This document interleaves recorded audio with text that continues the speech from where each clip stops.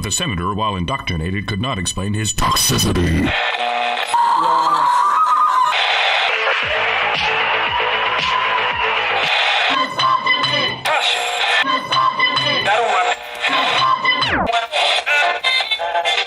You should not listen to men's rights advocates if you want to know what they have to say.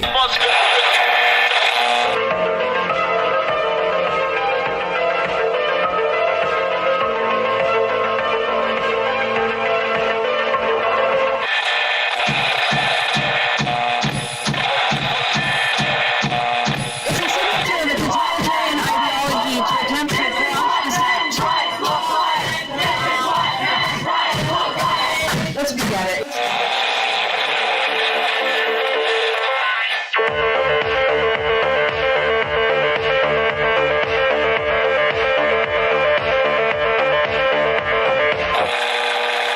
Number ZZ9 plural Z alpha. Number ZZ9.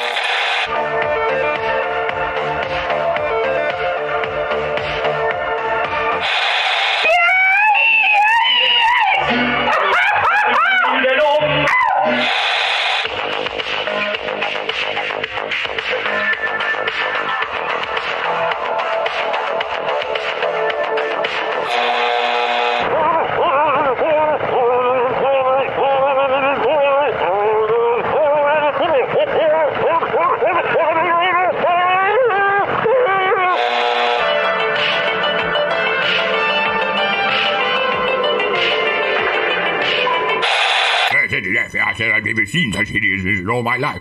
Listen to all this, Yeah, couldn't agree more.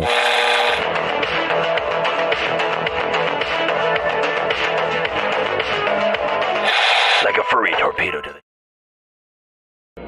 All the second stage tanks now pressurized. Astronauts report it feels good. T-minus 15 seconds. Guidance is internal. 12, 11, 10, 9. Ignition sequence start. 6, 5, 4, 3, 2, 1.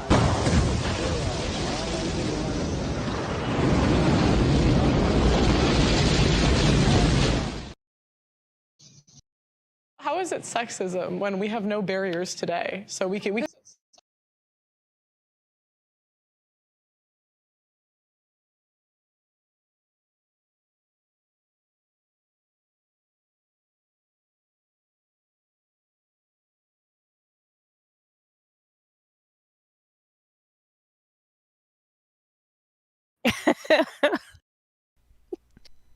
All right, if you could, good Lord. it looks like it worked. I don't know why, but for some reason, sometimes I have to like just absolutely beat the shit out of the mute button on OBS. Like I unmute and it doesn't recognize my microphone, and then I have to remute and unmute again. Oh, good Lord.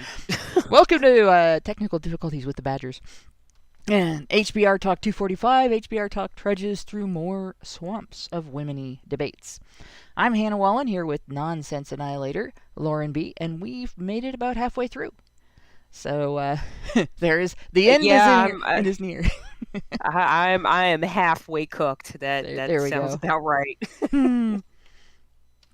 Yeah, what were we saying before the show? This is like one of those deals at a restaurant where like you eat the giant serving of something to get a free meal for everyone at the table, and you've been eating and you're about halfway through, and all of a sudden you realize you're getting full, and it's like there's about half as much left, so there's as much left as you've already done. And they keep bringing more plates, like it's never ending. Yeah, it's the never-ending story. Wait, no, that's the swamps of sadness. Yes. So we're in the swamps of womeny debates. This is its own swamp of sadness for a different reason. Well, we have one voice that is partly reasonable. One quiet person that has been reasonable a couple times. Yes. And one voice of reason that I think probably got the shit edited out of everything that she said, because and they all get mad every time she talks. Yes. I'm like starting to really become a fan of Pearl Davis. I will Yeah. admit that 100%. She takes it with a smile and she just keeps going. Like, Yeah. she's got a smile on her face the whole time. Like, it's great. Yeah, I would absolutely love to just sit and chat with her because I think there's a lot of things we'd probably be on the same page about for different reasons, but the same page today. Yeah. Like I took the wrong path to get here. Don't put yourself through the school of self-inflicted hard knocks. It's the tuition is expensive. Yes. But before we get into the video, as always, Honey Badger Radio dishes out a smorgasbord of thought-provoking discussions, and as experiences both recent and long past have demonstrated, the provoked thoughts are fighting back. They've made it clear that for people like us, relying on third-party payment platforms like Patreon to fund our work is treading on thin ice, or building our house in the path of a rapidly growing wildfire. In light of this, we strongly encourage our supporters to switch at least their support for us to feedthebadger.com, the most stable way to help us out.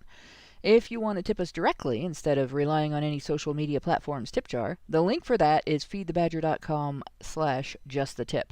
And as always, the same risk applies to our social media platforms, which is why you should further provoke the thought police by tracking our thought-provoking discussions on honeybadgerbrigade.com, where you can find your way to all of our content, as well as a link to feedthebadger.com in the drop-down menu at the top of the page.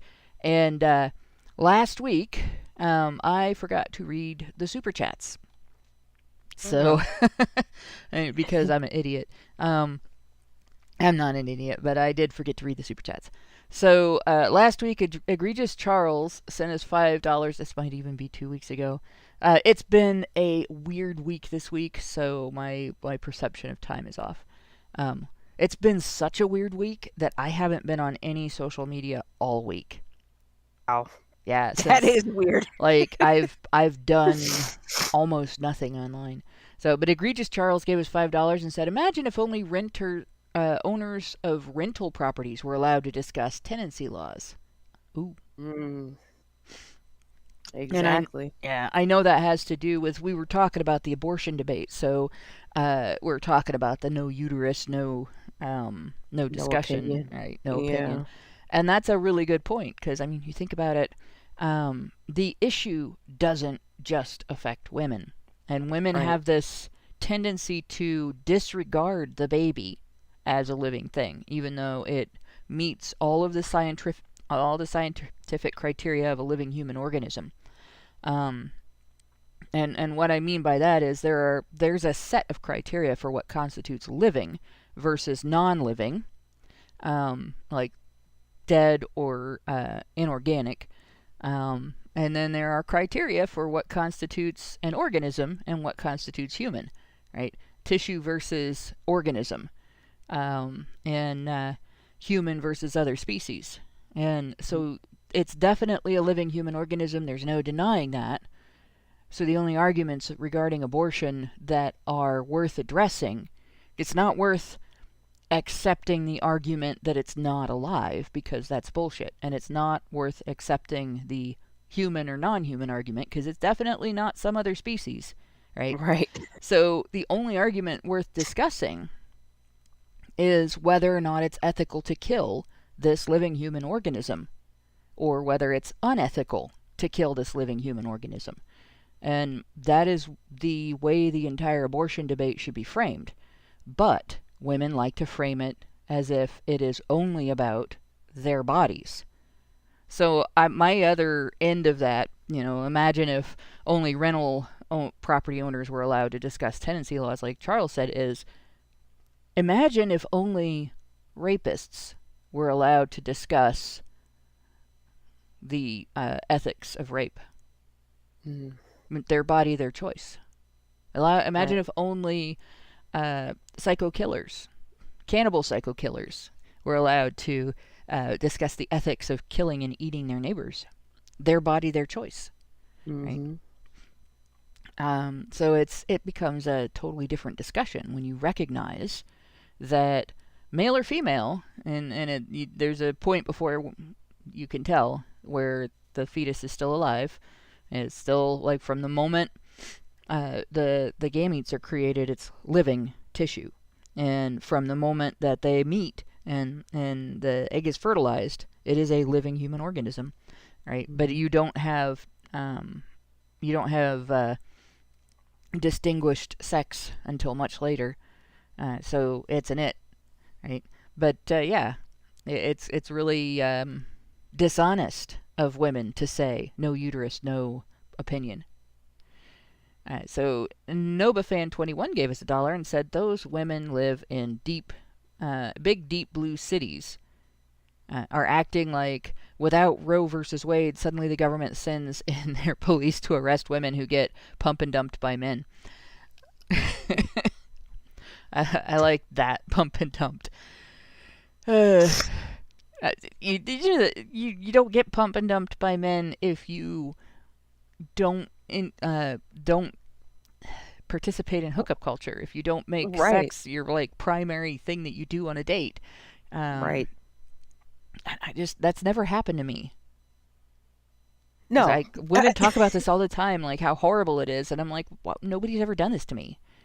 Right, but yet at the same time, they'll cheer for the idea of women being able to sleep with whoever they want, right? But yeah, if women do it, it's all right? Pump it right, him. Yeah, well, but it goes beyond that because it's. If you are going into it with just the idea that I'm just going to have sex, okay, fine. Like nobody's really arguing that promiscuity is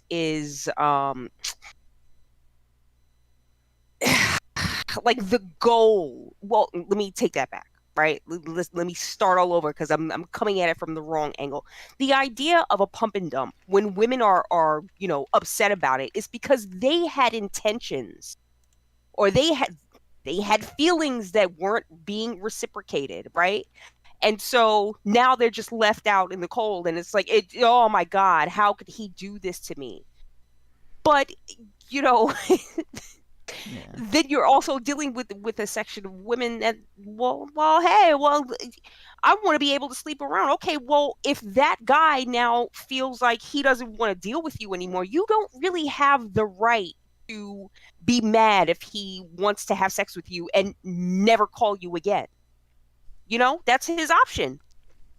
If he wants to bang all day, hey, let him, right? Like this is the same equality that you want. You can't be mad at him for wanting a hookup culture when you're doing the same exact thing.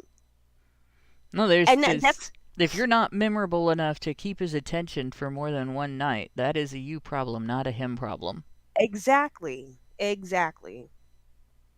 Like I said, I've never had that problem, even though I actually have difficulty telling when I'm talking about something that bores my audience.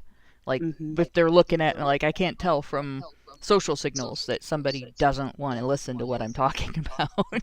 Yeah. Probably should have been a clue a long time ago. But we also got Michael Emmerich Winberg Bot. That's interesting. Okay, we that was a $5 super chat. Said you just claimed the existence of centrifugal force regarding your van, and I'm unsubscribing. I've already argued this with a road safety instructor, but centrifugal force is a myth that harkens to nothing but inertia of a body being affected by centrifugal force, centripetal force, and potentially the reaction to the centripetal force being applied to it, Newton's third law. I may be a bit drunk. So I wish I'd read this earlier. That would have been perfect. So the thing about centrifugal force is this. It is our description as a culture for when the effects of inertia cause an object going around a curve to want to tip over, fly off the curve, etc. Like if something's tethered to a center point, it'll continue, and it's going around. Everything in it will pressure toward the outside of the circle. That is, that is the way we describe that. That is the word for describing that pressure. Even though it's inertia, even though it has another name, like that's just the common name for describing it. And it doesn't matter whether it's scientific or not. It is the descriptor for that effect. And it will cause my big ass fan to tip over going too fast around a curve. Because it is a little bit top heavy. Not incredibly. It's not as top heavy as the old one was. It had a top like a camper van. Which we've never had a camper van. If we did, I would have to paint a scene on the side of it of Beethoven playing music with the notes going on around the van. And only fans of one particular one-hit wonder will actually get that. But in any case, Michael gave us another $5 super chat and said, Mr. Stevenson, you are absolutely precious. Thank you for all you have done up to today and never change. I'm sorry we haven't been able to do more. I'll have to send that to Mike. But yeah, I think that's it, because that next bit of text I have is not a super chat. And I'm going to double check and make sure I did not also miss any super chats last week, because that is even more important. Yes. Which is why in our Discord, where we have the Super Chow channel, it is placed in the hardest spot for me to find. There we go. Alright, so, here we are. Yep. Meredith G gave us $5 and said, honey for the badgers. Thanks for the interesting conversation. I think I skipped a super chat from Meredith. Also gave us $5 and said exactly the same thing. These are the super chows. Okay. The artificial womb is the next one. Xeranx gave us $5 and said the artificial womb would create a new market where egg donation would make women considered prime very well compensated until said market is saturated. After, the majority of women will become obsolete. That's the gray area as far as negatives are concerned. Darker negatives to this will manifest, but that's a horror story for another time. Well, the tough thing about the artificial womb is when women make that their only value in the world, and if it comes along, what you're gonna have is feminists fighting against the and tradcons too, fighting against the ability to use it outside of the context of a relationship with a woman. They'll pretend that men are predatory, just automatically if they want to parent children, like they already do, right? If you take your kid to the park, you have to worry about being presumed a pedophile or some crazy shit like that, right? Mm-hmm. And if you want custody of your kids from your ex-wife, you're assumed to be just trying to get out of child support, because if she has custody of the kids, it's expensive and child support doesn't cover the cost. But if you have custody of the kids, suddenly it stops being expensive and you make out like a bandit for not having to pay that child support. But yeah. So there we go. Let's see. And I think that's everything. I don't think I saw anything else that we missed last week. But if you send us a super chat and we missed it, let me know, and I will read it off when I get the opportunity. So, with that said, let's dive into still more ways that women are victimized by a conversation that excludes men. Are you ready for this? Ready as I'll ever be. So we were at 2140 something. I've taken us back to 2125, so we'll hear a repeat of somebody from last week. Something dumb. Maybe it looks like Pearl might be the one who's about to talk, so maybe not. Like, why are they dying so hard for abortion? They want to sleep around with no consequences, even though you have 41 forms of birth control. Oh yes, I remember this, and the facial expression. Yes. It's priceless. They want to sleep around with no consequences. Now, if there was nothing wrong with that, all of these women would own it, and I think they all said hell yes, and then there would be nothing else to say about it. Yeah, that's true. What's wrong with that? Like that. Right. That's it. That's all they would say. But that's not how it's going to go. Who does that benefit? I don't think that benefits women. I think actually that benefits men, because it means that men can have sex with you without consequence. It means that you can sleep with whoever you feel like. Great, but there are consequences because women are the ones who get pregnant and carry babies and give birth. So instantly we have it's men that benefit. Women don't benefit, so we shouldn't do that. Right.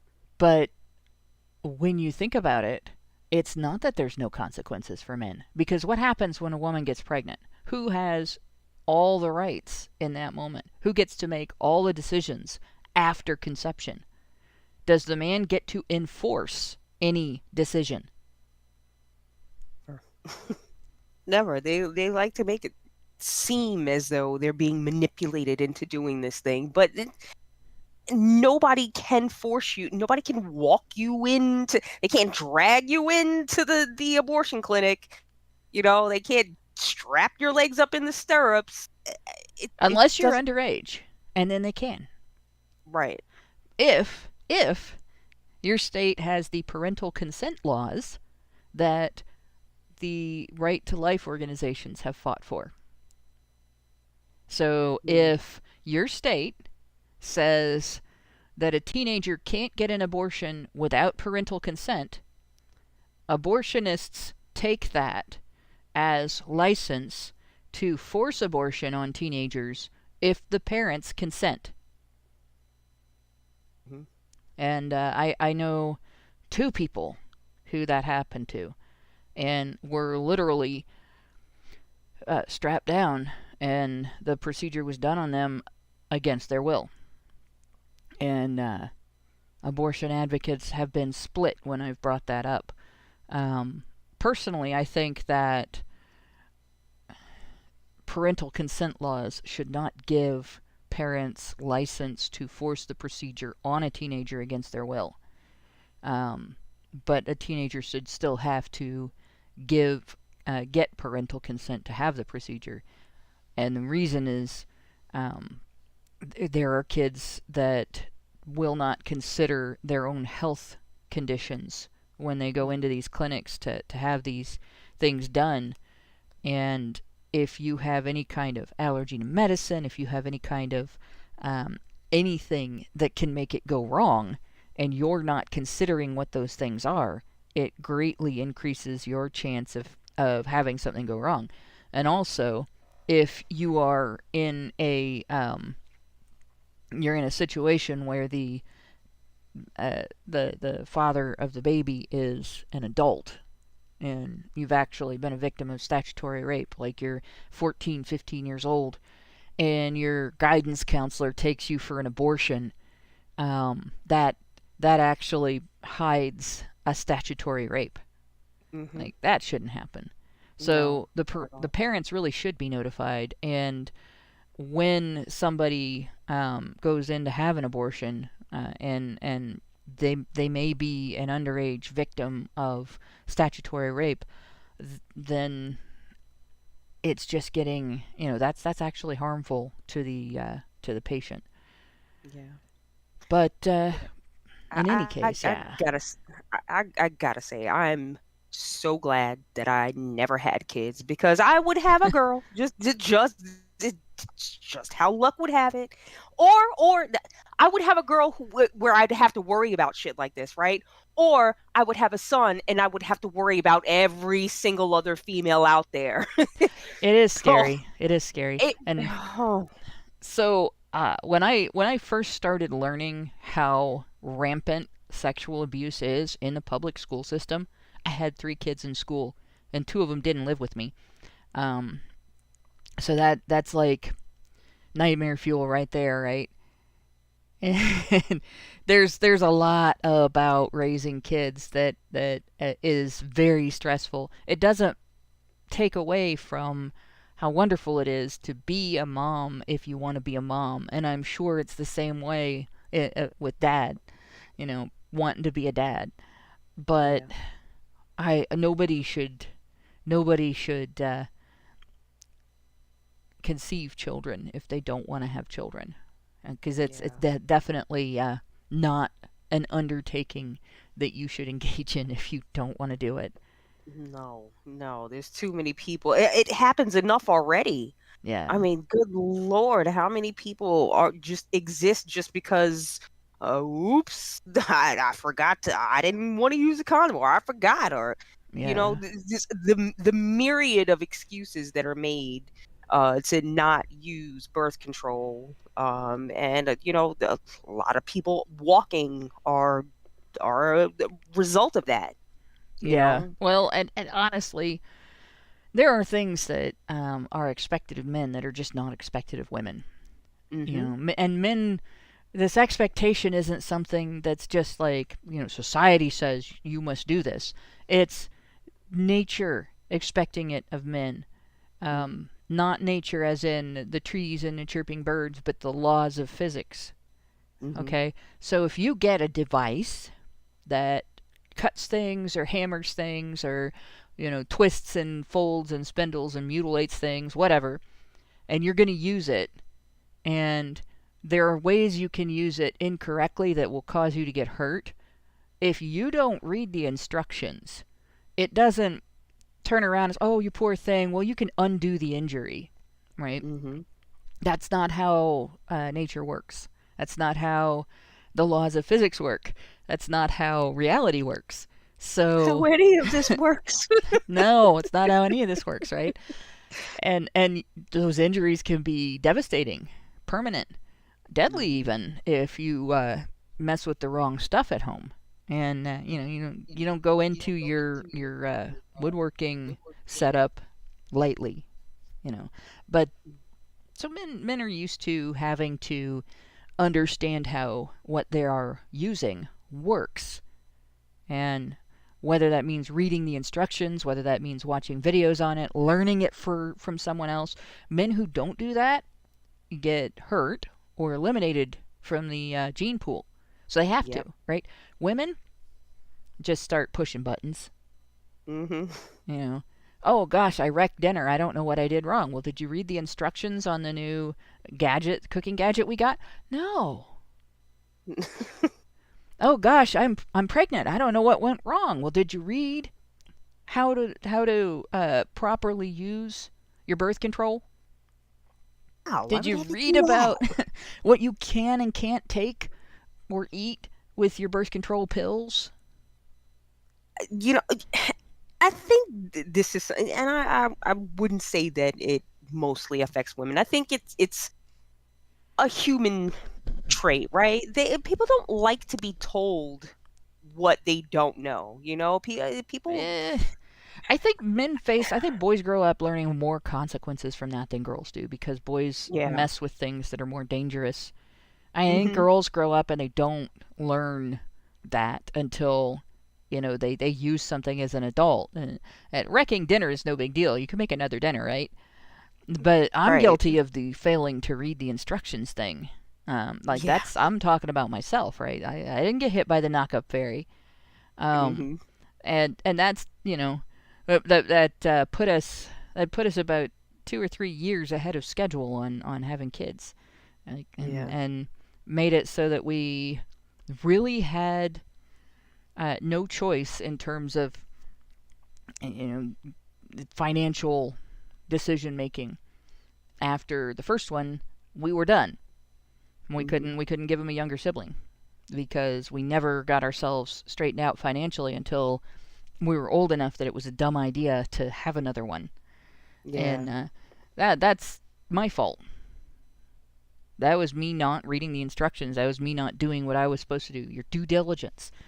Well, we have a whole sex education program for our school system that is supposed to be helping the students understand their reproductive health, and it was sold to our parents, Gen X's parents, as this will help reduce the teen pregnancy rate. But the teen pregnancy rate has skyrocketed. So I was lucky. I was not a teenager when that happened. I was 27 years old when my son was born. Still scary, not being prepared and everything. Still had to scramble my ass off to protect my family, my son, my 2 stepdaughters, my husband, from the consequences of my dumbass not doing my due diligence on that. But I can't imagine at 17 how much harder I would have had to scramble. Yeah. And it would have been great if we had had it drilled into us in sex education when I was in school. If you're going to use these pills for birth control, read the instructions. Talk to the pharmacist. Know what you should and should not use with them. Know what and understand about taking your pills the same time every day and all that stuff, right? And the same thing with other kinds of birth control. Like, every single type of birth control should be gone over in sex ed and discussed in terms of how it affects the body, how it works, what its level of effectiveness is, how it interacts with other forms of birth control, and whether, it's something that helps to prevent any kind of STD or not, because there's only one that does, and it's not foolproof. Right. It blows me away how this is not an obvious thing, right? Like, I mean, to us, yes, but this is a conversation that has to be had. Like, why isn't this already happening?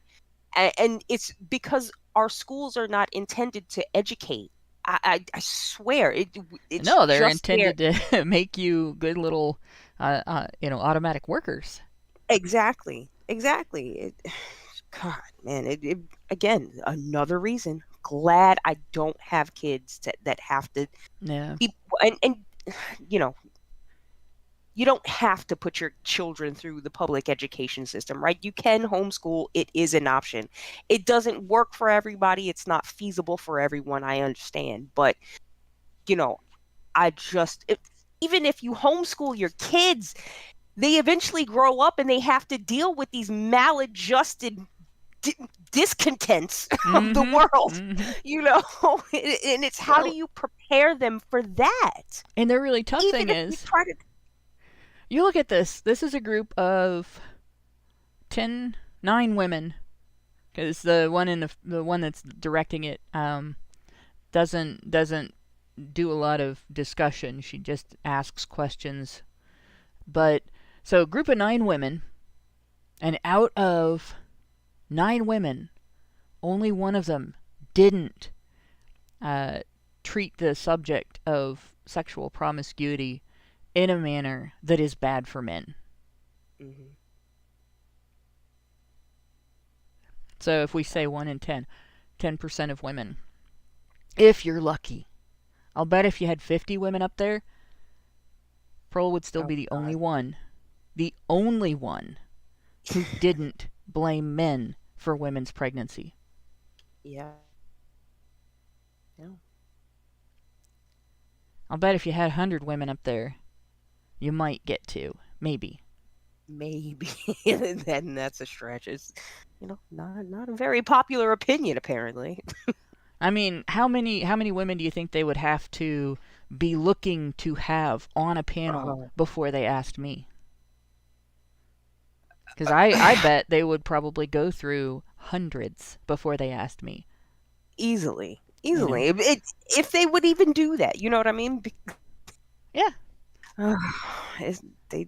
Clearly, you get one shot at this, right? Because we're not going to come back next year for another vice panel on what this new batch of women thinks about feminism, right? They're going to have to eventually evolve the conversation or make acknowledgments to some really critical things that are lacking in this conversation here, i.e., the men, but they won't do it because this is not an outlet that is looking to explore the truth. They're looking to push a narrative. And that's it. This is exactly what we're looking at. And God help anyone if you actually watch this and eat it whole cloth, right? If you watch this and you're like, oh yeah, you're right on. Oh my God. And there are people out there supporting this thing, right? That there's, of course, because for every person who's watching this and looking at Sydney and agreeing with them and Pearl and yada yada, because there's more not Sydneys and Pearls than Sydneys and Pearls. Yeah. And and there's more Sydneys than Pearls. Yes. Sydney's not 100% bad and she's not 100% good. She's got the tradcon position down. Mm-hmm. The problem is, like that one line, men don't have any consequences. Are you fucking kidding me? Like, I take issue with that. And I don't know if that's something that anybody got to speak up with about on this panel, or if and it got edited out, or if nobody said anything.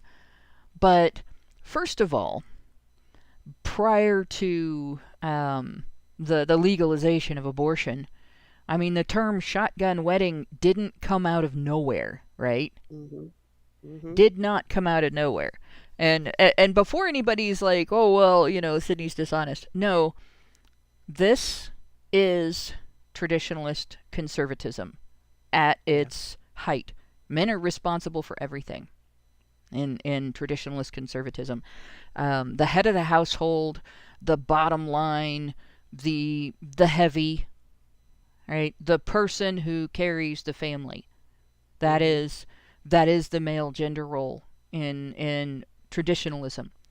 Even whether it's neo-traditionalism or real traditionalism, it is the man who carries the family. The thing that neo-traditionalism has lost is that the woman isn't just carried. She walks beside him and is his support. Like, she's his warm, safe place, but she's also his nurturing caregiver. She's his defender in terms of, if somebody says, well, I don't like the way your family works. I don't think you're doing a good job. The mother, the wife, is the defender. So they're supposed to be a team. But when it comes to all of the finances, all of the safety, all of the material responsibility for the welfare of the family, the external responsibility for the welfare of the family, that's the man, right? Mm-hmm. And that's a humongous job. Like, when you have to get up to go to work in the morning and your concern is about, whether or not you're going to have extra money to go on vacation, it's one thing, right? When you getting up in the morning to go to work, I say in the morning, I leave for work at 11 o'clock at night. But when you're going to work, you're getting out of bed to get ready to do your job, and your motivation is, if I don't do this job, my family doesn't eat, or we can't pay for our place to live. My family doesn't have a roof over their heads, right? You have a totally different standard for conditions that make it so that you shouldn't go in that day. Yeah. You don't call in sick. The last time I called in sick, I had food poisoning so bad that I spent like 6 hours straight with a bucket. Oh, Jesus. It was like convulsions. Oh, my God. I threw up so hard I threw my back out. And I went to work with my back out because I had already called in sick for a day. Like, that the next night after that, I went to work. Oh, my God. Right? Because my family needed the money. Yeah. Right? That was gosh. I think that was my second or third year at work. I've been at this job, not this job, but the job that I do, my regular job, for 8 years. But yeah, I don't call in sick. Yeah. Like, the last time I missed work, somebody was dying. Oh my God. That's what it takes, you know. I'm half my household income. If I don't work, we can't pay the bills, and so I work, and there you go. Like, this is what men normally do. Right. You fucking grin and bear it, you know. You grit your teeth and just get through it. I mean, it's kind of easy for me to speak in this regard, but because I really don't get sick. And I'm saying that, and I know I'm jinxing myself, so I should just shut up. But I mean, like, not even like the sniffles or like a cold or something bad enough to make me call out from work. I can't see myself doing that, you know. Even when I do feel sick, long ago when it happened, like, I would still go in. I mean, if I'm sitting by myself and I'm not really interacting with people, what's the harm in me going in? You know, that's my thought process. And, you know, for my household, I'm the only one paying my bills, you know, so there is no other option. Like, I have no safety net. If something happens and I can't, you know,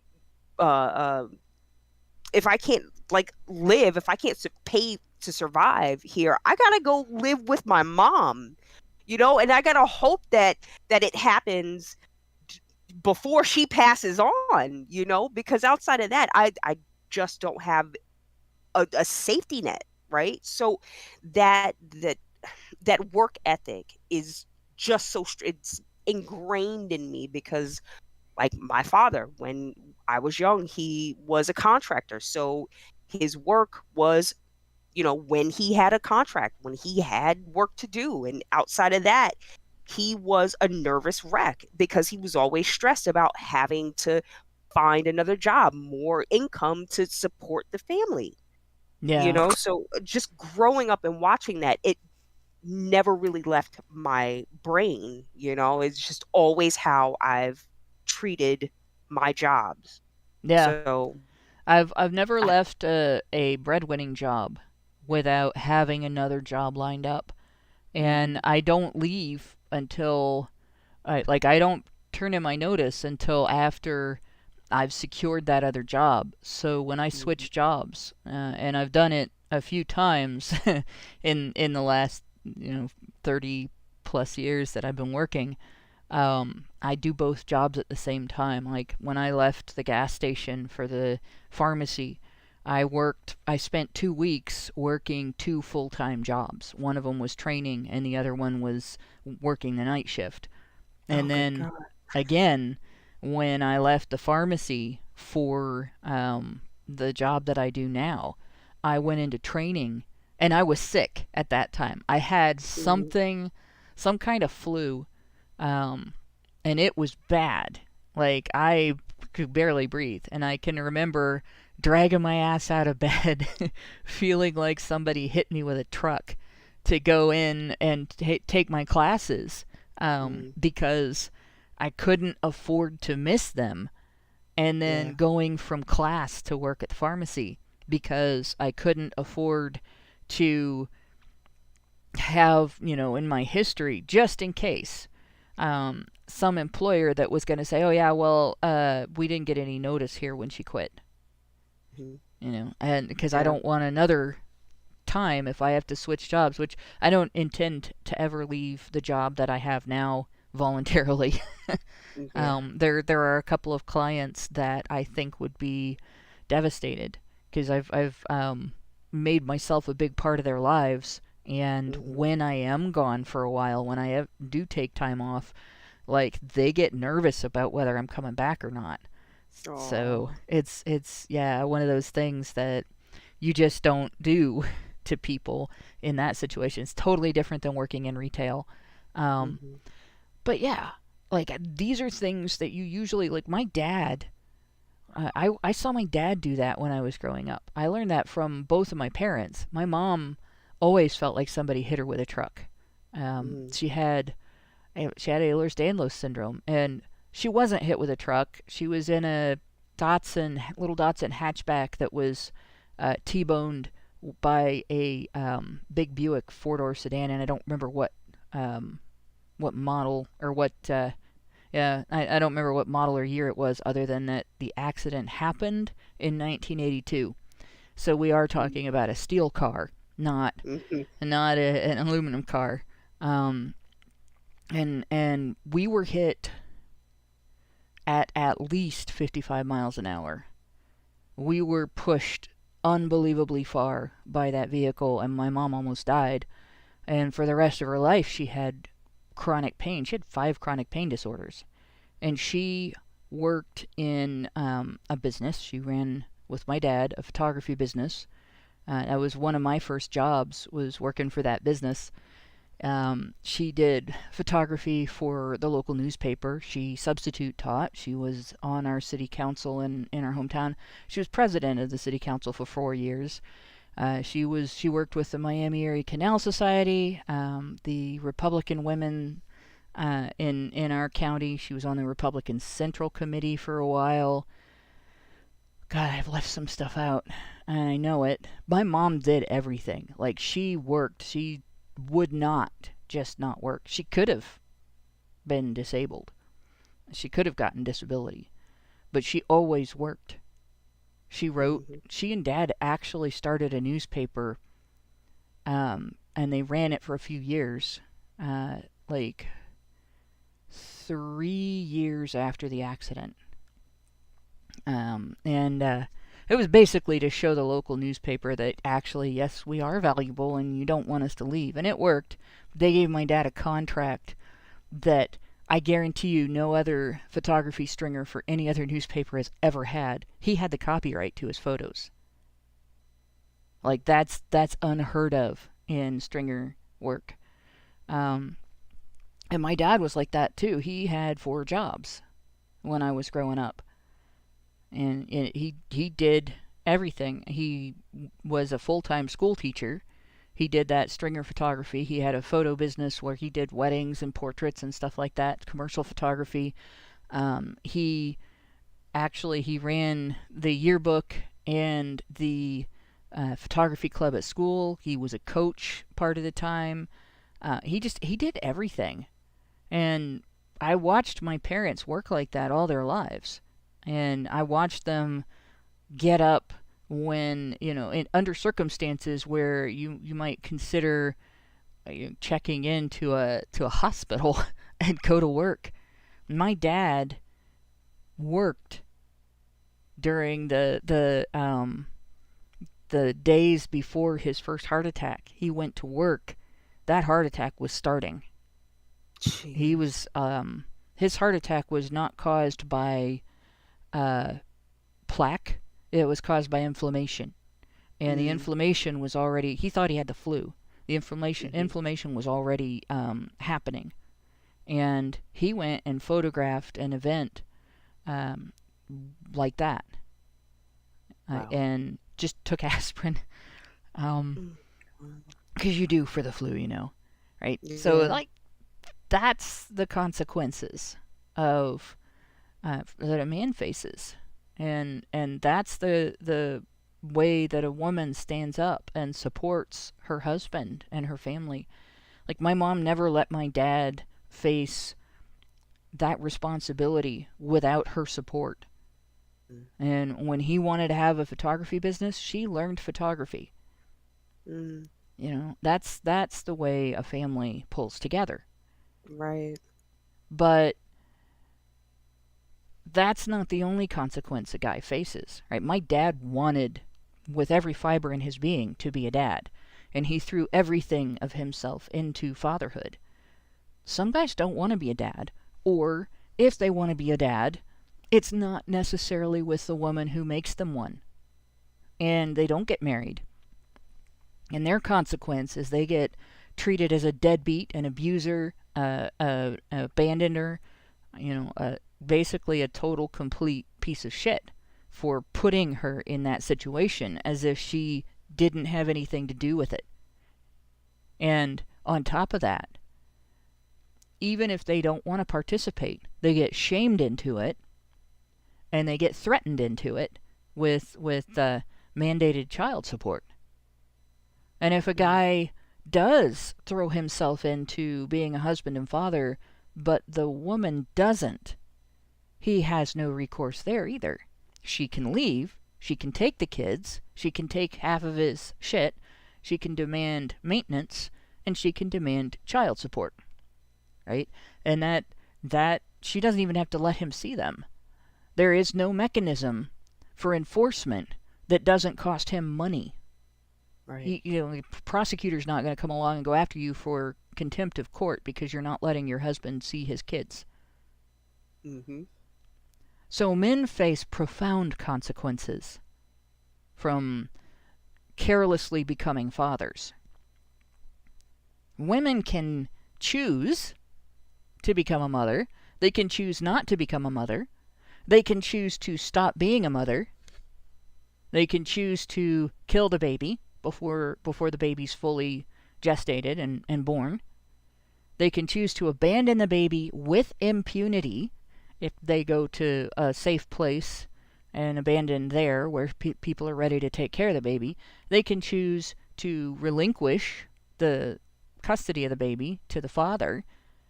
They can choose to opt for adoption. And the guy's really on the hook if the woman wants to choose adoption. She wants to give up the baby. And then he says, no, I don't want to sign off on that, right? I'm refusing, but then doesn't want custody. Like that's it. He's going to get slammed with a huge child support bill. And if he refuses and goes for custody, getting child support from her is going to be difficult because she wanted to put the baby up for adoption.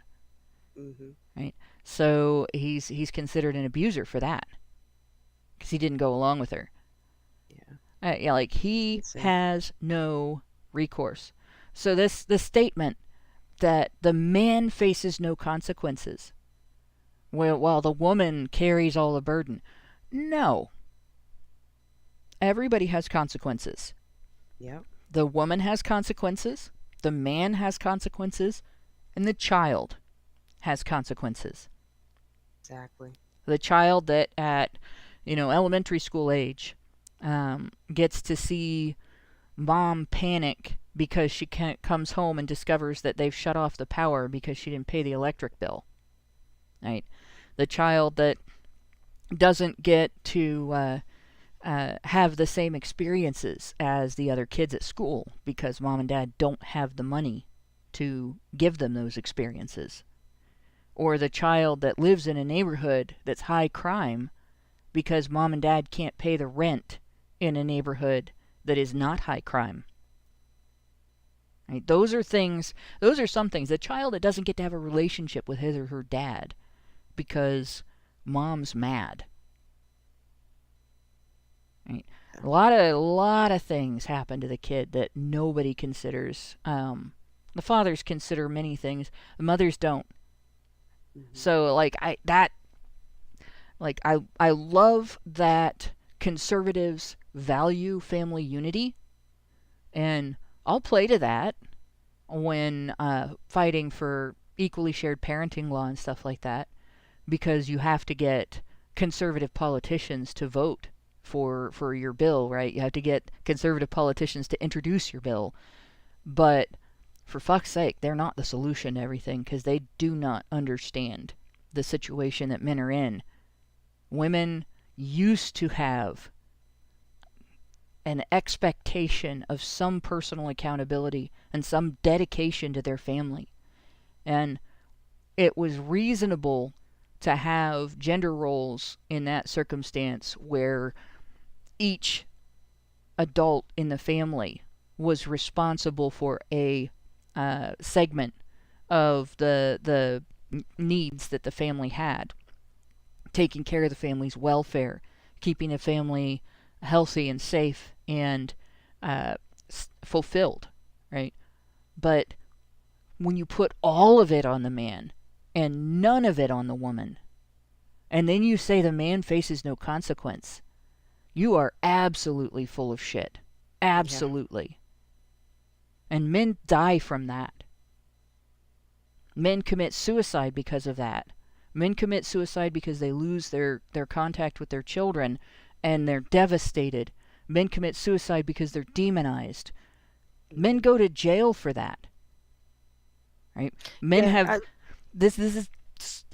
I can't even explain how much that pisses me off, to have men have no consequences from pregnancy thrown out there by someone who should know better. Yeah. Yeah, it's such a disingenuous statement that I really have a tough time believing anyone who even says it, because you have to know that there's for every thing that you do, there's a consequence, right? Every action, there's a consequence for it. And it's not like you're alone. You want to blame him for knocking you up. There's no way, even if it's mild, even if you just have an argument with him and you break up with him and that's it and you never speak to him again, there's still, it may seem insignificant to the female, but there's real consequences there for him, and to just wash over it like as if that, no, there's not, it's nothing. I understand exactly why you're so pissed off, because it's so blatantly obvious. You have to be completely self-centered to say something like that and believe it. Yeah. And it's delusional, in all honesty. Mm-hmm. And the sad thing is, it's a common delusion. You know, women are victims of pregnancy, men are not, right? And the truth is that really nobody's a victim of pregnancy, but there are consequences for everybody.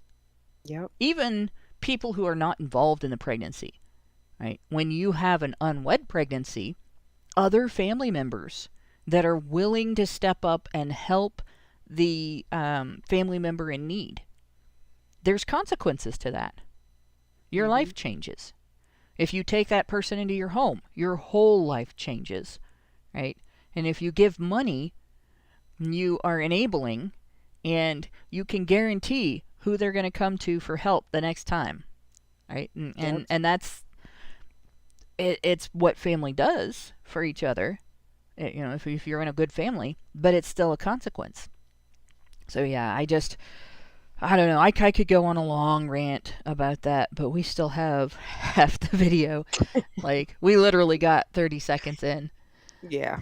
So, we'll go on with this. Very binary version of yes, sex. because sex is binary, but please let me finish my point. Oh, God. It's tricking women into thinking that aborting a pregnancy, terminating a pregnancy, is something to be celebrated, when in reality, for a lot of women, especially those who are doing it under duress, say that they've been raped, or that, you know, in the small circumstances where something really traumatic has happened to them. Just a quick point. So abortion advocates will use circumstances that are rare and adverse, really dramatically adverse, to excuse like the commonality of elective abortion. They're not the same. That's the first thing. Second thing is, I differentiate between abortion done to prevent the death of the mother due to complications of the pregnancy, and abortion for any of the other reasons that people give that are dramatically adverse. So, for instance, a rape victim who gets pregnant, and it's not a good experience to even think you might be pregnant after having been raped, because you're in a situation where you're already deeply traumatized, and you're not going to partner with that person because they hurt you, right? That was they did something predatory and evil to you, and you don't want to be close to them ever again. So if you even suspect you're pregnant after that, it feels like a trap. Like, now what am I going to do? Like, I can't even, what are you going to tell the baby? Right? Mm-hmm. That makes abortion look more attractive. But the baby didn't commit a crime. Right. So if you look at it from the perspective of, is it ethical to kill a living human organism in this circumstance? You're talking about killing a human being to spare the mother's feelings. Yep. And in my opinion, that's not ethical. What I've talked about before in regard to the brain chemistry changes surrounding sex and pregnancy, you don't have the brain chemistry changes from a rape that you have from intimate, loving sex. They don't feel the same, obviously. But pregnancy happens the same way. It changes your brain the same way. And even just a miscarriage after that is devastating. Not in terms of, gosh, I wish I still had this situation to deal with, but the brain chemistry changes are the same in a miscarriage after a rape as they are in a miscarriage after loving sex. You still have the same hormones. You still have a type of depression you go through that's like postpartum depression. And if you abort, you're going to experience that as well. So you're not sparing a rape victim trauma by putting them through an abortion. You're changing how their trauma is going to happen and not telling them about some of the trauma they're going to experience. And I've sterilized that as much as I can. I hope I haven't bothered anybody with that, but it's an awful experience either way, and I wouldn't inflict it on somebody on purpose, where you put them through something that would mimic everything that they would experience in a miscarriage, except now it's something that they've done intentionally. And then when you add to that, this individual may be young, this individual may be in a different state of mind for decision making, and 3 or 4 years later they realize they don't agree with the decision anymore. Now they also have the added trauma of, I did something that I personally consider to be unethical. Now I'm guilty of something. Yeah. Right? That would be, I don't know if I'd have been able to live with that. Yeah. Like it was rough enough being able to understand that, well, this awful thing happened, but it spared me, and feeling guilty about being spared. The difficulty of confronting how to handle the rest of the situation, how to handle birth, how to handle, do we adopt, do we keep, that kind of thing. But if it had been a deliberate action, it would have been personally devastating. And I just wouldn't want to do that to another victim. I can't understand people using that argument. It makes no sense to me at all. The only time that I could see it being feasible is in the circumstance when a woman is at risk of death from complications of the pregnancy. Either one of two circumstances is possible. Either she can make it long enough for the baby to be born prematurely and survive premature birth and thrive, or she can't. And if she can't, then the argument isn't whether or not to kill one person. It's one person is going to die. Is that person going to be allowed to take another person's life with them? And that's the only time I can condone it. That's it. I completely agree. But, yeah, we'll let her go on. That's a medical decision, or say that they're miscarrying and then they have to, have an assisted termination. That's a medical procedure. It's not a celebration of, oh, look at the. The idea, the sort of like moral setting of that it needs to be rare is, I think the delineation between that's a medical abortion and that's like a fun abortion is. Nobody says it's fun. Right. Elective isn't necessarily fun. A boob job is elective, right? Even if you have a medical reason for getting mastectomy, the afterward boob job is elective. You're not putting functional tissue in there that's going to be useful later. Right. A nose job for physical appearance is elective. And this is a good comparison because I had to have the other kind of nose job, the if you don't do this, you can't breathe nose job. And that's not elective. And we had to prove that to the insurance company to get it approved. And we did. But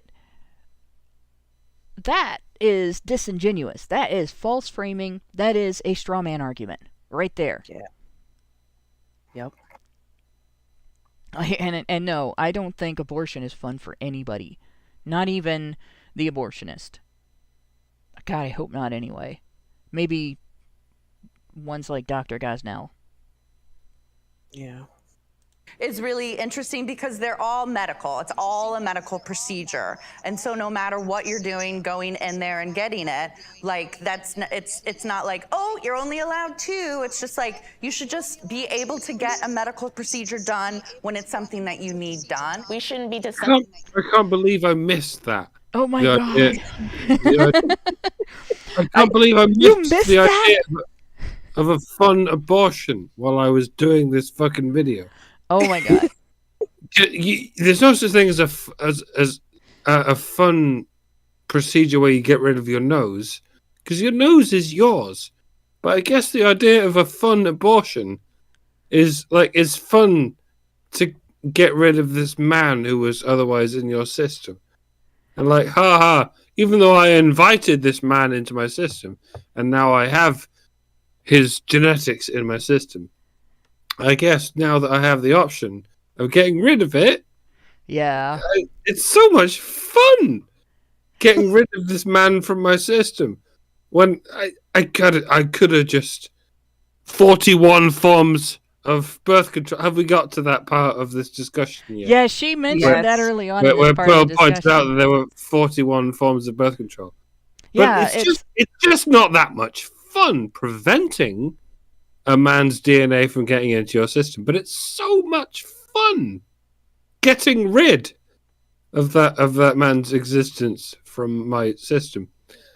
I'm gonna let you guys talk now because I ruined it last time, so I'm just gonna shut up now. You actually made this one of the best shows that we had. It wasn't. And you are 100% welcome to stay. Yes. See, I tell him that and he doesn't believe me, but hey, all right. Yeah, there's absolutely no reason why you cannot stay as part of the. I listened briefly to the last one, and I was ridiculously drunk. Like, I know I get drunk a lot, but sometimes I'm okay drunk, and sometimes I'm blitzed drunk, and it's embarrassing. Last week when I sniped your show, I was embarrassingly drunk. I think I'm okay this time, but that's why I'm going to let you speak. I'm going to shut up. This is the best thing though. You can be embarrassingly drunk and still say smarter and better things than most people I know. Yes. Okay, thank you. And lead to smarter and better thoughts. So that like I was missing things that you pointed out, which actually made the show better as well. Okay, thank you for pointing that out. But now when we're going to stop talking about me, we're going to talk about these dumb cunts instead. Yes, and oh my gosh, this video is killing me. And the idea of the straw man of the fun abortion. Like, I'm sorry. I know there are women who do take abortion almost that lightly, because I worked with one who would just literally blather on about her 4 abortions. Like, she was talking about taking her kids to the zoo the other day, or some other thing in her life. Oh yeah, when I was a kid I had to get braces, and it was a whole big thing, and I did these things. It was less of a ordeal in terms of the way she discussed it. She discussed it as a less impacting thing on her life than getting braces when she was growing up. It's like she had pizza on Tuesday, and it's just a conversation. Like, yeah. It's like, oh, I had 4 abortions. Like, why did you not figure out after the first one that you can get pregnant? Yeah, you get 1 free. After that, you know how this shit works, okay? There's no more excuses. I'm sorry. You get 1 free, you get 1 on me, and I can't rock with you after that. Like, this is not there's no frequent flyer cards for abortions, ladies, and maybe you should just stop treating it as such. I won't even go with the 1 free thing. I'm like, no, I know. You don't. We need to get girls good. They need to get good at preventing pregnancy, right? It gamify it if you have to. Just make it achievement. Made it all the way to marriage without getting pregnant first. Like, it doesn't even have to have a special prize, just a little achievement sticker, right? Mm-hmm. That would be good. Yeah. Or never had kids because I didn't get married. One or the other. Like, not getting pregnant outside of wedlock. It's a bad idea. Yeah. For everybody. And yeah. And so this thing that I don't know her name, and I don't want to call her a derogatory name because it's so easy to make fun of her. But so this lady saying, "Oh, it's a medical procedure. It's just, if they just go in and it's just a medical procedure." I think this line of thinking is the argumentation that people are using to. Oh, my battery is running low. All right, hold on. That people are going to use to bring the transgender ideology around. Like, well, it's just a medical procedure. What do you mean that we're removing this person's genitalia, or that we're just going to fiddle around with it and morph it into something that it was not meant to be? But it's just a medical procedure. No, it's not. Okay? Can't think about these things that way, but this is the argumentation that we're using, and it goes from abortion because it's my body, my choice, right?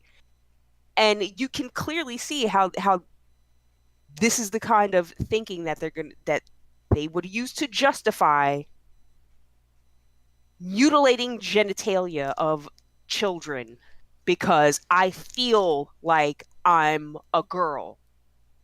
So let's just get rid of this bit right here. It's my body, right? Well, here's an even more dramatic equivalent. Say there is, because of trender activism in the early 2000s on Tumblr, and the hobbyist mental health practitioners, like that their hobby was finding things wrong with themselves, diagnosing them, and then living as victims of like conditions that would be profoundly disabling, like dissociative identity disorder and stuff like that.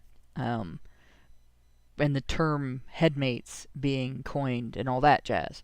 There is a thing that exists called trans disability, where people have actually had damage done to their bodies or deliberately mimicked accidents to cause damage to their bodies in order to become unable to walk without assistance, or live in a wheelchair and stuff like that.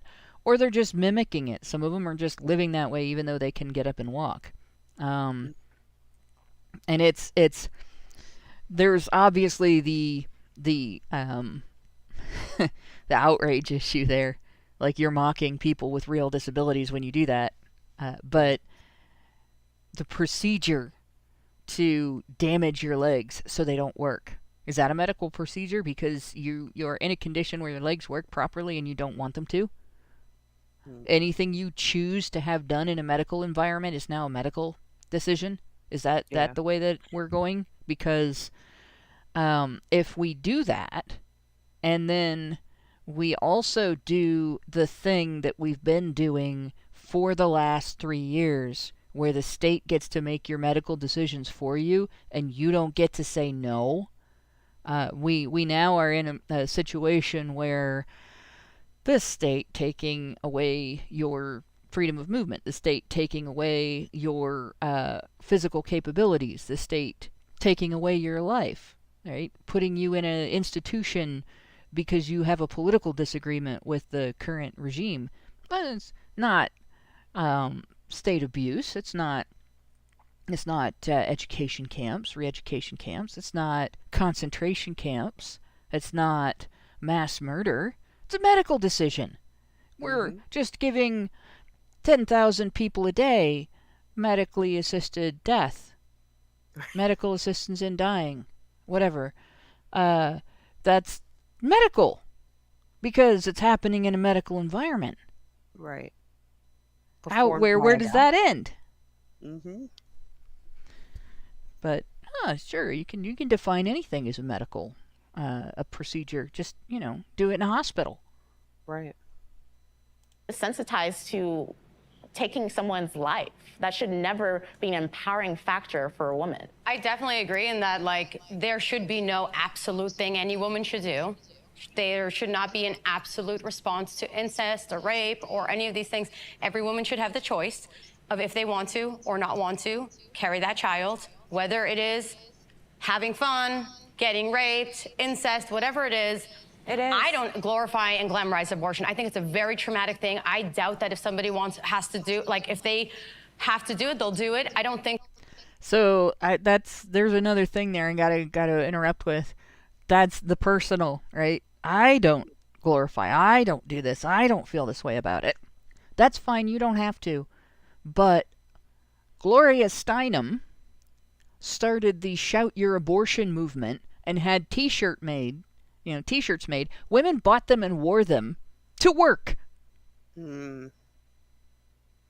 So, my workplace, for instance, not the one I'm at now, my workplace was infiltrated with this. Shout Your Abortion. Or there's the I Had an Abortion T-shirt. Like, I don't have an I Had a Nose Job T-shirt. Yeah. I would not wear one. I don't want one. It was not exactly fun. It was great afterward because I could breathe. Come on, you don't want to shout your rhinoplasty? No, Shout Your Rhinoplasty is not a movement. I'm not interested. And it did change the appearance of my nose. And I had people judge me for that. And I'm like, okay, that's fine. You can do that. And moved on. But women who get judged for having abortions get all hoity-toity about it. You can't tell me. Right. You don't have the right to an opinion about this. You know what? Actually, everybody has a right to an opinion. People have a right to judge my nose.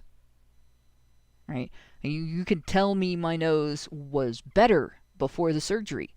You can have your opinion. Doesn't change jack or shit about my nose, my opinion, my surgery, my needs, right?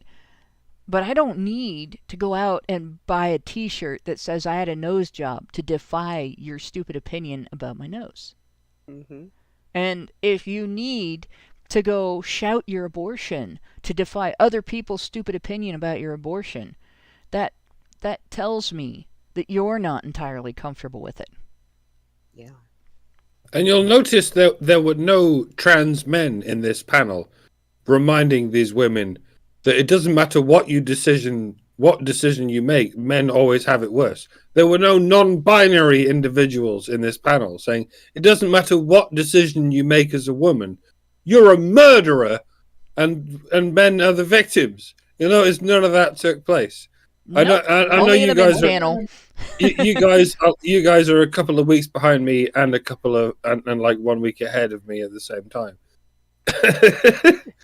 We're magical like that. Are you guys going to do the men's panel as well? I think we have to. But the men's and non-binaries panel. Yeah, I think we have to. Partly because of the fact that in the men's panel, women were included. Well, one non-binary individual was included. Right. Yeah. But non-binary means, according to everything that I have been told on Twitter, non-binary means that sometimes you might identify as male, sometimes you might identify as female, and sometimes you just don't identify. So... But the non-binary individual in question was clearly there just to be the feminine influence. Right. And there was at least one trans man, trans woman, and at least a second. The fat guy on the back row. Right. That's clearly a man. A lot of people who covered this have been going, well, I don't know if that's a man or it's clearly a dude. And they're going, well, he's got titties. Oh, he's got titties. Great. He's got bicycle shorts as well. Well, that definitely makes him it's clearly a dude. Yeah. The guy with the dude's voice, the fat dude with an obvious man's voice. Yeah, that's another trans woman. There's clearly at least two of them on this panel. Yeah. The thing is, you're probably right. It can be difficult. There are women who have very mannish faces. And the example I'm going to give, just for some reason, I don't even know why this popped into mind. Way back in the day, I think during the O.J. Simpson case, when it was being broadcast and everything, there was a commentator that used to come on all the time and talk about it. Candy Crowley. And I always wondered if she and John Candy had ever been seen in a room together, because she looked just like him. And I'm telling you, and the fatter a person gets, the more difficult it is to tell exactly what gender they are. That's the problem. And there are times when I put on weight and muscle at the same time where I've had people look at me and assume that I'm a trans woman, and both on and offline. I actually gave birth to a child. Trans women cannot do that as of yet. So, the artificial uterus might be coming. I don't know. But today, I can say as evidence that I am not a trans woman. I'm just a woman. That my having given birth is evidence. But at some point, these... You're tall and you have a strong jaw. I do. That's perfectly possible for a woman to have both of those things. That strong jaw has saved my life a couple times, because it can take a punch. Not that I like it, but it can take a punch. But in any case, yeah, this this panel is driving me nuts. I haven't gotten to see enough of the men's panel to know how it's going to go, but I think they did better. I think we could probably get more than 30 seconds through at a time without having to comment on it. The men's the so to speak men's panel, it feels more palatable for the first 10 minutes, but for the rest of the other 30 minutes, it's even more enraging. This will be good. Yeah, then we definitely have to do it. God, don't do it. Oh no, if it's enraging, we have to do it. We might have to do some other things in between, because there's a couple of things that have come up that I might want to look at. But we might do it. Not immediately afterward, but a show or two afterward. So we'll be way behind you, but I think we should. But we'll go on with this lady with all of her non-metal medals. I think that people are like, doing like have 6, get the 7th free and having fun with it. We were not making those jokes in chat just a few minutes ago, were we? And I think that like glamorization and glorification of any side is not okay. Did the Dobbs... Wait, glamorization and glorification of motherhood by choice is not okay? Any side? Functional motherhood, where you are partnered with the father and you raise the child together and take good care of the child and they get to grow up and be a well-adjusted adult, you shouldn't glorify that? Nah, man, that's old school thinking, Hannah. We don't do that shit no more. Jeez, Pete. Decision make anybody here sort of rethink abortion access, reproductive health care? It's anti-woman, right? It's anti-woman to what? What's anti-woman?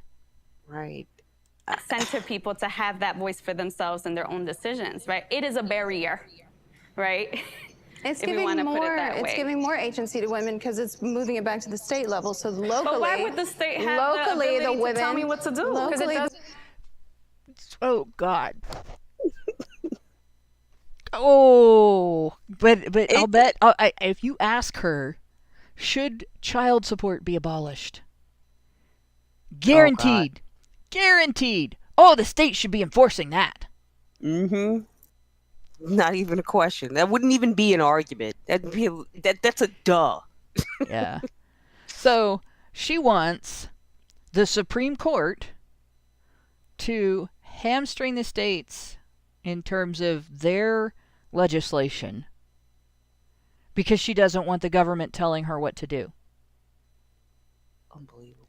Because the Supreme Court is not part of the government. Hello? Nobody's home, Hannah.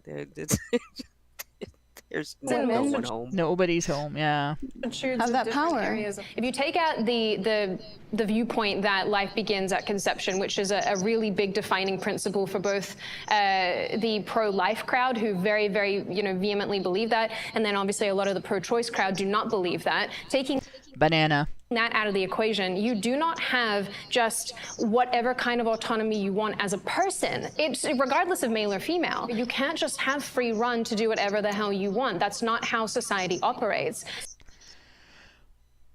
We have laws because of consequences to actions and how they affect the people around you. And we have accepted as a society that an authoritarian state gets to decide what consequences you're allowed to inflict on your neighbors and which ones you're not. That's why we have laws, right? Mm-hmm. That's not just how things work. If you didn't have an authoritarian state, if you had zero government whatsoever, actions would still have consequences. If you came home from work at 10:30 at night on a weeknight when your neighbor's kids are trying to sleep for school and your neighbors are trying to sleep for their first shift jobs or whatever, blasting the stupidest music anybody ever heard with the bass turned all the way up and your windows down, there would be no state to stop Mr. Neighbor from coming out of his house and beating the fuck out of you. Right? Whereas Mrs. Neighbor can call the state, because there is one, can call the cops and make a noise complaint, and then there's a whole process, and maybe you'll face consequences or maybe you won't. But the next morning after you've blasted your music, Mr. and Mrs. Neighbor are going to have trouble getting up for work, and their children, Junior Neighbor, they're all going to have trouble getting up for school, and they're all going to feel like shit the next day because you couldn't listen to your stupid music on a reasonable volume or keep your windows up. Right? That's it. That's the whole story of laws existing. Now we have laws that exist because the politicians that make a living making laws want to make more money, and so they legislate things that direct more money their way. Like we've gone completely off the deep end in terms of government, and right, that's and laws exist because people are vengeful. You do something bad to your neighbor, society wants vengeance against you for it, or they feel that you might not do something bad if society punishes you. Like that's debatable. Like both of those are debatable as to their value. But this idea that we just have laws because we have laws, no, bullshit. So at no point do I have the right to tell anyone in this room what they should or should not do with their bodies. But it's not about your body. Yes, you do. Yeah, like that's you do have that right. As soon as they use their body to touch you, if somebody was going to come up to you and punch you in the face, you have the right to tell them no. It might not stop them, but there again, they have elicited consequences, including possibly being punched back and possibly arrested. Right. And yes, you do have the right to say it. That doesn't mean that people have to listen to you. Yeah. You I don't understand why people don't get that. Not to mention that she is ignoring that it's not just the woman's body. It's the woman's body and the baby's body. Like, it's not about me respecting. I have a question here. It's not about your body. It's about the kid's body. I don't care what you do with your body. It's my body, right? We're talking about my body. You're talking about. Jordan, I saw your hand creep up. The Dobbs decision for me reinforced how important it is that we approach these issues from a cultural perspective, because it reinforces something that I have told many of my colleagues and peers in the past, which is that so long as you lack a cultural consensus, any issue can become a political football that can be decided by another election cycle. And so long as there is no strong consensus, I would expect this to be our reality going forward, these extremely vitriolic and aggressive conversations until there's another miraculous consensus. Was anyone ever under the impression that was not a man? You know what that means? The most intelligent thing any person has had to say on the topic of just abortion itself in any conversation that I have ever heard on the topic of abortion that wasn't a statement on the ethics of abortion itself was said by a man in a dress. A trans woman. And some convincing boobas. Yeah. See, that's why I was giving this person the benefit of the doubt, because weight, like we said before, weight does affect how you look, and it could be easy to mistake a man for a woman based on how big and heavy they are up top. And I don't know where this one got those milkers, but jeez. Well, the same places that Canadian teacher got those milkers. They could be from, because most of the trans women that I've known that have taken hormones and developed breasts from hormones were in the A cup range. Like they haven't gotten very big. I suppose I don't know if genetics plays a role in that or not. Like, because let's play the ball where it lies. Yeah. This person had a better point about this subject than any of the actual women. Yeah. Yes. Yeah. And like that's sad. Like the closest would be, you know, the recognition that the baby is not your body. And, you know, talking about the ethics of it. But most of the time people don't talk about the ethics. They talk about it from a perspective of rights. And you can't just have a discussion of the exercise of what you believe to be a right without also discussing the ethics of when and how it is acceptable to exercise that right. So this statement about not being able to come to a consensus is pretty based. Like it's very basic. There's nothing. It's not like a hoity-toity statement. It's just like we're never going to settle this, and it's correct. We're never going to settle this as long as we don't have a public consensus on understanding what we're talking about. Because what are we really talking about? We are talking about terminating a human life for the purposes of another human being. Not for committing a crime, not for being a threat to another. It's not self-defense against a threat, right? Not for being aggressive. So it's for the purposes of another human being. All but less than 1% of all abortion is done for any reason that any consensus would call a medical emergency. So 99-point-something% of abortion is elective. And yeah, that's an interesting point. About Roe v. Wade. But what it more or less reinforced for me is that we're going to have more of these difficult conversations. I want to talk about transgender issues. So I'm going to banana here just because that'll give her... what an awkward edit. Like, clearly she was in the middle of her thought there, and just yoink. God damn. It happened so many times on this panel. Like, they weren't even hiding it. There was just this weird something highly intelligent after that. Second of silence before someone else said a thing. Jeez. Yeah. And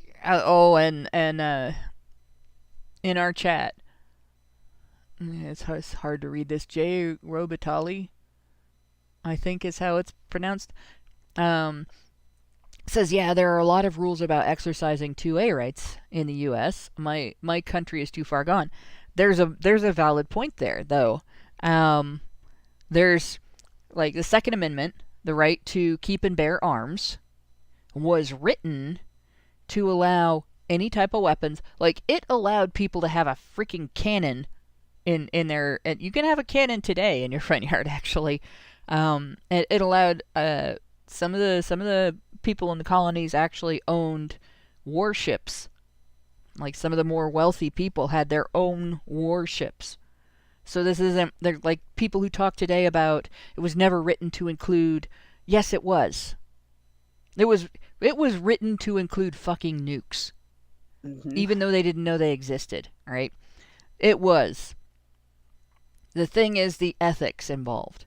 And that is where the Founding Fathers wanted you to have common sense. Not the state to replace your common sense with laws that tell you what you can and can't do with that right. So the only acceptable limits on the right to keep and bear arms is if you use it on another person who is not attacking you and trying to kill you, there are legal consequences for that. And that's as it should be. Right? If you kill somebody, it's illegal. Using a gun to do it shouldn't change that. Using a weapon to do it shouldn't change that, because arms aren't just guns. Pretty much any weapon you have a legal right to under the Constitution. Unfortunately, we do have laws in many states limiting that severely, and then we also have federal laws limiting that severely. So these women making this point about abortion, my body, my choice, it's a right, blah, blah, blah, and not talking about the ethics of it are just full of shit. Yeah. So we will let her move on. Should trans women be included in feminist conversations? How about in women's spaces? Yes, they're women. What's the question? Pearl, the question... I've already answered this question, sorry. So I'm gonna go back 5 seconds here. Watch her face. What's the her question? face is interminable. Trans women are women. Trans women are women. Look at her looking left and right like that. That's paranoia. Yeah. If I say the wrong thing here, I'm not politically correct. Right. And so, I'm of two minds on her answer. So it doesn't matter to me. The discussion of whether trans women are women doesn't matter in terms of what being in women's spaces, for a very specific reason. For my son's entire childhood, from the time he was old enough to go into a public bathroom without being accompanied by his father, to his adulthood, where he's moved out now and he lives separately from us. When we would go places, if he had to go into a public restroom, I stayed nearby outside because of the issue of women just invading men's restrooms. And this is something that happens all the time. If there is a line for the ladies' room, there are women who feel entitled to go to the men's room and go in there. And what they don't consider is, in the women's room, in the ladies' room, whatever you want to call it, you walk in, and there's usually a wall of sinks and a wall of stalls and those stupid things that blow germs all over the bathroom when you're trying to dry your hands. Yeah. Right? That's it. Trash can, in there. No urinals that are just a row of urinals where you whip your genitalia out and go to the bathroom. That's it. So women don't have exposure in a women's room like that. But if you go into a men's room, and I have had to clean men's bathrooms as a employee in a business more than once, more than one job, almost every place that has a men's room, there is at least one urinal so that the guys can use that instead of going and sitting in a stall or standing in a stall and aiming at a toilet. And so if you walk into the men's room, you are walking into a space where men or boys might be exposed. And you're taking away their privacy. And women do that without a second thought. Not a second thought. And if you criticize them for it, they're offended. Like, I've had women actually accuse me of being a misogynist for saying that it is predatory to walk in on a little boy using a urinal. That is unbelievable. Seriously. But they get all heated about if a trans woman might go into the ladies' room to fix her lipstick. Right. Like, I don't fucking care if you're nervous. Start carrying mace in the bathroom. Yeah. Men and boys have not had that privacy ever. Right? And then I still remember back in the 80s when there was this huge controversy about women wanting access to men's locker rooms for interviews. Female reporters wanting to go in and do the locker room interview that male reporters do. And obviously a male reporter in a men's locker room, like, they can set up somewhere in the locker room where the men know, okay, don't walk naked through this space, and they don't care what's going on in the rest of the room because they got all the same parts. Right. There's not something another guy has that they haven't seen. But the men in there might be really uncomfortable with a woman coming in and doing that same interview. Even if she's got her back to them, there's a woman in there. Like, I wouldn't want to do that in the girls' locker room when I was an athlete. If a guy came in with a cameraman, a camera crew, wanting to do an interview with one of my teammates, like, I would have been not happy about that at all, right? Yeah. So, obviously, you know, it's not equal if men can go in the football locker room or the men's basketball team locker room or whatever, and women can't. But there's one exit. You can stand outside that exit and get an interview. You don't have to go inside. But that fight happened, and women got the right to go in to that environment where men are changing clothes and getting showers and running around half naked or more. And we were all shamed for suggesting that maybe women should not do that.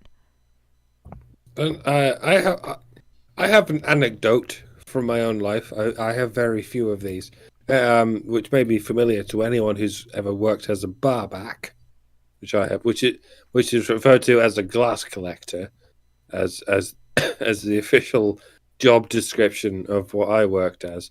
Someone who goes around collecting glasses and putting them in the dishwasher and stuff. So like a busboy in the United States. Yeah. On the occasional night, the manager may say to you, "Okay, we don't need you for that right now, but we're going to put you on toilet duty, which means we're going to station you at the men's toilet to try and prevent women from getting into the men's toilet."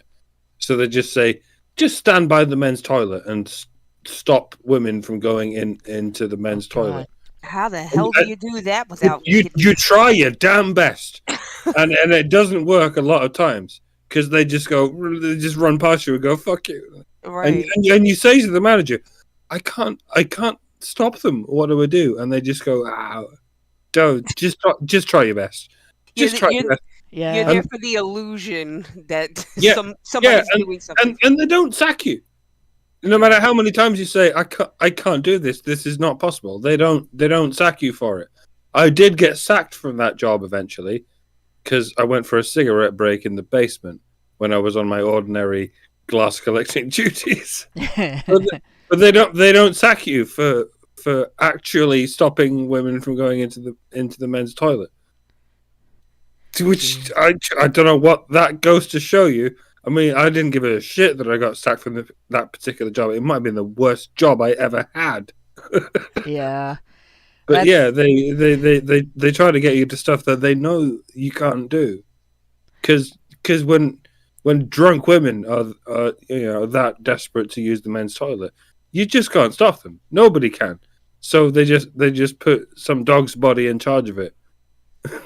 You know, the sad thing is, I had a hard time. One lady I had an extended argument with, and I finally said, "Look, if you go in there while my son's in there, I'm going to press charges." And she just looked at me like I was nuts. Like, you just wait till he comes out.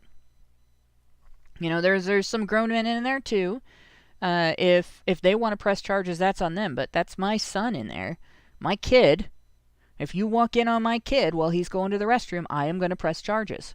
And you will be on a sexual predator list. And, of course, that probably never would have gotten anywhere. I probably would have gotten cited for harassment or something instead if the cops showed up. But she didn't know that. That's the only thing that kept her from going in there. The bitch was going to go in there, despite me saying, there is a preteen boy in there that doesn't want you looking at him while he's going to the bathroom. Wait a minute till he comes out, right? She was still aggressively trying to get around me. And I finally said, I will call the cops, I will press charges. And that was the only reason that she waited until my kid came out before she went barging in there. You know, like other women were just waiting in line. patiently until she went in there, and then 2 or 3 others headed over. Like, as we were walking away, like, half the line of women started over to the men's room. And I'm just like, great, these poor guys are going to be subject to a parade of women. I hope somebody does press charges, because that's bullshit. And that is one of the problems with the type of women that goes into the men's room, because there is a line in the ladies' room. They are the type of women who don't feel like there should be any rules that apply to them. So if you tell them, no, you can't do that, their response is going to be, oh yeah, watch me. Right? And of course my answer to that is, not just going to watch you. I'll fucking get video. You going in there. That will be used in court. But yeah. So this controversy over trans women in spaces that are supposed to be safe spaces for women, cry me a river. Yeah. Like, cry me a fucking river. Don't care. Where were you when some dumb bitch was trying to get into the men's restroom when I had a preteen boy in there who didn't want some middle-aged cougar watching him pee? So I want to come at this from the position of an athlete. Oh, Jesus. So I play semi-pro basketball. Oh, Jesus? From the position of an athlete. She just said from the position of an athlete. She didn't say from the position of a conservative. Right. Right. Right. Yet, oh my God, these people in the room, I'm sure a couple of them did. I'm sure I'm remembering this properly. Began their whole sentences with, "I'm as a Black Latina woman." Yeah. As a come on. Yep. Like, just get real. I think, who am I talking to? It's not gonna happen. The facilitators got this look like, uh-oh, what's she gonna say? How's this gonna go? Right. Semi-pro volleyball. So when it comes to as a what, bet spaces, you're I don't ginger. think that You can't say as in anything. Yeah. So let's see what she's gonna say. I'm curious. So when it comes to athletic spaces, I don't think that trans women should be allowed into athletic spaces, because I don't think it's a fair. I think as female athletes, we work so incredibly hard for the little opportunity there is in women's sports. Would this be So this is probably the one thing she's gonna say that I disagree with. Like, here's the situation. Women, through feminism, have pushed and pushed and pushed for the diversity, equity, and inclusion narrative for decades. Starting with Title IX, right? Starting with affirmative action policies in the workplace that women benefit from. Like, we have all these things where, because I'm a woman, I have a better chance of getting a job. Because I'm a woman, if I go to a university as a 20-year-old and I want to be on a track team, they can't just have a men's track team, or they have to let me on the men's track team. And, the same thing with every other sport, to the degree that because of women's opportunities being promoted, not just protected, universities have gotten rid of Olympic wrestling and Olympic gymnastics all over the United States in response to a quota system created perversely to satisfy department policy based on a law that was created to eliminate a quota system that women didn't benefit from. Right? So I'm not going to argue that trans women are not going to blow women out of the water in sports. Right? That's obvious that they will. Men are stronger on average. Men are faster on average. and men have greater endurance for certain types of exertion on average than women do on average. The only area where women can outdo men is on average, women are more flexible. So most gymnastic events that rely specifically on flexibility and not on strength, women will surpass men in those. Right? So men are going to be better at it than women. There will be women who, because they are competing against a biological man, they will perform at peak. They will never perform at peak if they compete with other women because they best all the other women.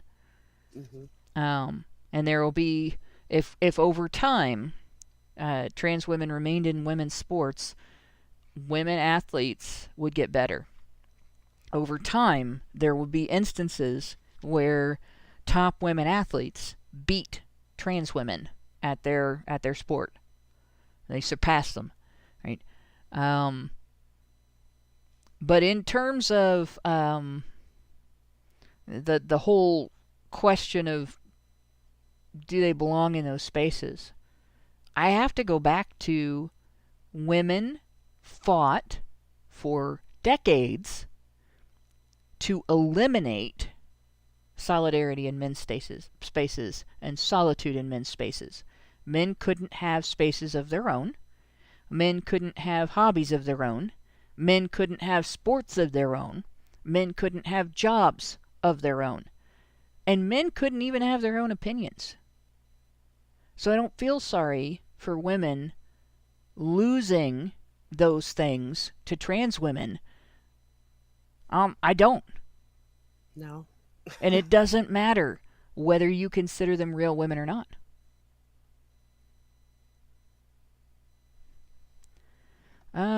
We have a question here. Why aren't any of the honey badgers ever invited on these debate panels? You have a massive online reputation for this stuff. Is it because they're scared? Probably. Yeah, probably. That's the only reason I could think of. It's because we've been throttled and shadow banned to the point where no one gives a shit about us anymore. This is what makes me wonder about the men's panel.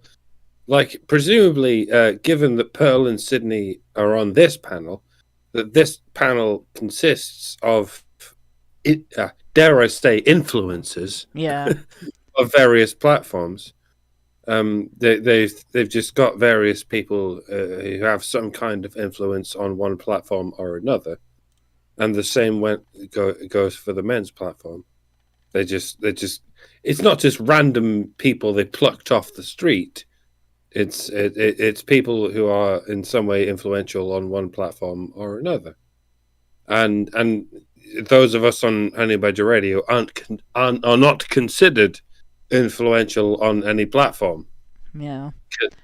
And because we've been throttled and shadow banned on every given platform that we're on, even though we've been on them since approaching 10 years ago. Well, there's something else to this too. All right, and I kind of wonder about it. And I think I don't know a whole lot about I haven't watched a lot of videos on it. I haven't read a bunch of stuff about it, just a little bit about the offer that the Daily Wire made to, was it Joe Rogan that turned them down? But the contract included a bunch of stuff about social media, and it looks like there was some influence between even right-wing media and social media. And I kind of wonder, like, some of the women that have made it big saying things that are closer to the mainstream, because the things that we say are considered way out there. It's mainstream to suggest that abortion is something that happens too much, not that abortion is something that happens because women failed at things that women should have done that would have prevented abortion from being a consideration. It's mainstream to blame men for pregnancy. It's mainstream to suggest that the problem with trans women in women's spaces is that they're all predators. All of that's normal for people to say. Even if it doesn't matter whether it's right or wrong. Normal doesn't have anything to do with right or wrong. It has to do with common or uncommon, right? It has to do with accepted or unaccepted. But women who say things that resonate with the norm, in terms of a political faction, like the mainstream right, they shoot up in popularity instantly. They skyrocket. And an example, Candace Owens, when she came out with the idea of social autopsy, and we all piled on her like, no, that's a bad... Like, both sides of the Gamergate controversy were like, don't do that, that's a bad idea, here's all the reasons why. And the idea kind of disappeared. Like, she folded on that. And I think it was partly because she thought about it and considered everything people said and, decided that maybe we were right. I think that I don't. That. But I think she was looking. I think she was looking at her career long term. I really don't think she killed the social autopsy thing because she realized it was a good idea. I just don't believe her. I don't trust anything. Anyway. Well, see, the thing is, it could be that, and we wouldn't know either way, because what she didn't do was come out and say, you guys were right, I'm not going to do this, it's a bad idea. Right. She never did that. I wish she had. But she immediately went into racial issues and conservatism. And she got nowhere until she did that. And as soon as she did that, she started getting picked up. Yep. Right? And she towed the conservative line and skyrocketed in popularity. Right? And well done to everyone who didn't start coming out and speaking out against censorship in 2015. Yeah. Because if you had done that back in the day, you'd have been shadow banned while it was still an emergent technology. Yep. And YouTube was still cracking down on people who did that in 2015. Well, the difference is she got picked up by Fox News. She got picked up, and she also plays well on television, right? But yeah, we got throttled, and we got throttled exactly for that reason. I think it didn't matter whether she got throttled or not, because she got promoted by the right people. And I think getting reported on by the right people and getting promoted by the right people makes a difference in whether or not you get on a panel like this. Yeah. Well, getting pushed back by the left wing, but getting pushed up by the right wing, where it was a way to get pushed forward in that way. But to reiterate, those of us who just came out in favor of men's rights and in favor of Gamergate, remember that? Those of us who went out into IRL and kind of were saying maybe we shouldn't censor people all the way back in 2015. Yep. And maybe we should we should be honest about what we're reporting, whether or not it's an ad. Yeah, we were cracked down on, and we didn't even get the benefit of the Daily Wire offering us some dodgy contract back in 2015 because no such contracts existed. Right. So it's not just one thing. Like we are the perfect storm. We are the wrong think boogeyman of the left. We are the black sheep of the right. Right? We are the third rail of gender issues. Like nobody is going to want to talk to us, and that's okay. That's not going to shut us up. We can still do what we are doing, and our ideas filter out into the public sphere through things that people like this talk about. And honestly, You know, like, Pearl Davis has a lot of common sense things to say, but I haven't heard her say anything that wasn't already said by the women of the men's rights movement before she came along, or the men of the men's rights movement, and just never listened to until women said, hey, they're right. So, yeah, like, I think that our way of getting information that we want people to understand out into the mainstream is when, you know, we shout about it enough that somebody like Pearl Davis or Sydney Watson or Candace Owens or Tucker Carlson repeats it. And then, you know, they take the heat. Yeah. And people are always firing the big guns at them. We don't necessarily quite get that happening to us. So there's a payoff for not being famous. Unless you want to be famous. I personally am kind of glad to not be famous. I have enough trouble doing this. None of us will ever get any statues built of us. And if any of us ever do get statues built of us, by all means, tear those statues down, because whoever those people are, they're probably controlled opposition. Yeah, well, the people who are really exacting change will be forgotten by history. Anybody ever makes a statue of me, it's not going to look like me anyway, so they'll either make me look like a man or they'll make me look girlier than I do. They won't make me look like me.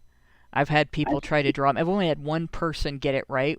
And they'll mess up my nose too. One woman. If they build a statue of me, they'll make me look like a hobbit, because I look like a hobbit in my videos. But I'm not a hobbit. I'm quite tall. Yeah, taller than I am. You're taller than I used to be. And for the record, somebody in the chat asked how tall I am. At my peak, I was 5'9.5". I have a connective tissue disorder that causes joint hypermobility and accelerated disc degeneration in my back. I am 5'8" now. So I've lost 1.5 inches. But I was pretty tall. But yeah, they won't get us right anyway. So not that it matters. Like, I suppose that's none of us deserve the honor. History has already decided that none of us will be remembered. Yeah. We were there to inspire the people who will be remembered. Yeah. And I think that's probably true throughout history. There's probably people that were behind the people that did everything in the revolution. There are people that'll never be remembered that were involved in that probably did bigger things. I'm sure there are hundreds of people that sacrificed their lives that are completely forgotten. So there is that. Let's see what else is being said here. Sports. Would this be a barrier for you? There's no barrier. There's less opportunity in some industries. That's what a barrier is. Oh God, she doesn't know the difference between absence of something and presence of something. There's instances where men don't have opportunity and they still do the thing. They make their own opportunities. There was a time when athletics were not part of education at all.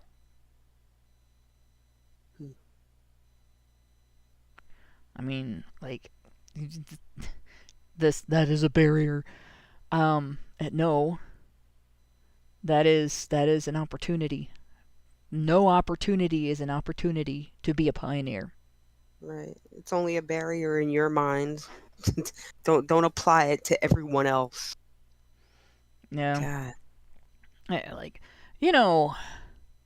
It kind of hate to make this point with this woman being the one that said it, but I have gone hiking in places where there are mountains and cliffs and stuff like that, where somebody has built a stairway into the side of a cliff in order to get up there.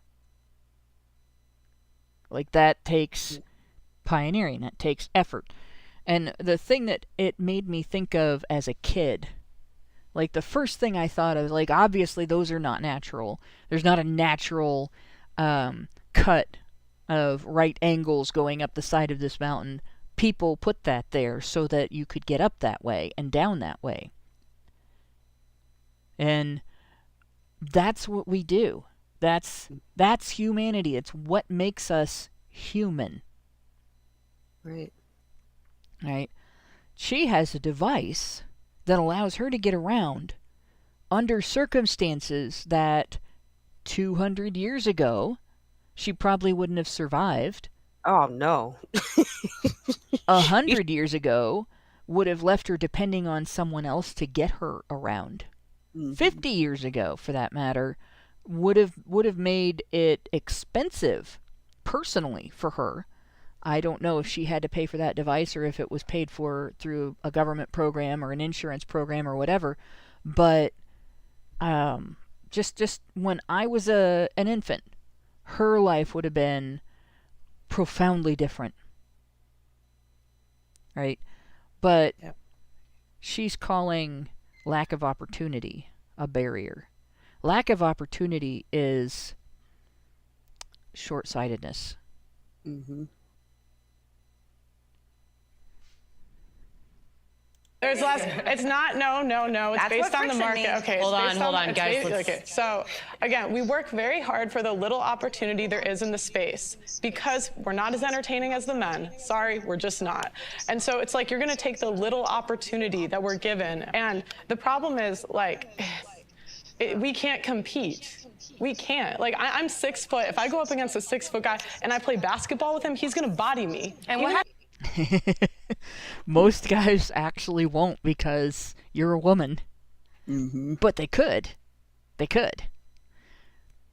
What happens if I go up against you? Even Hold if I have years more of training. And so it's like you're taking away the little opportunity that we're given and we all work so hard for. And you're just giving it back to biological guys. It's like this will be the end of women's sports.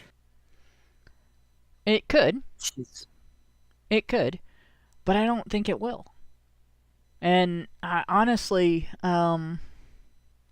it's interesting to watch the woman who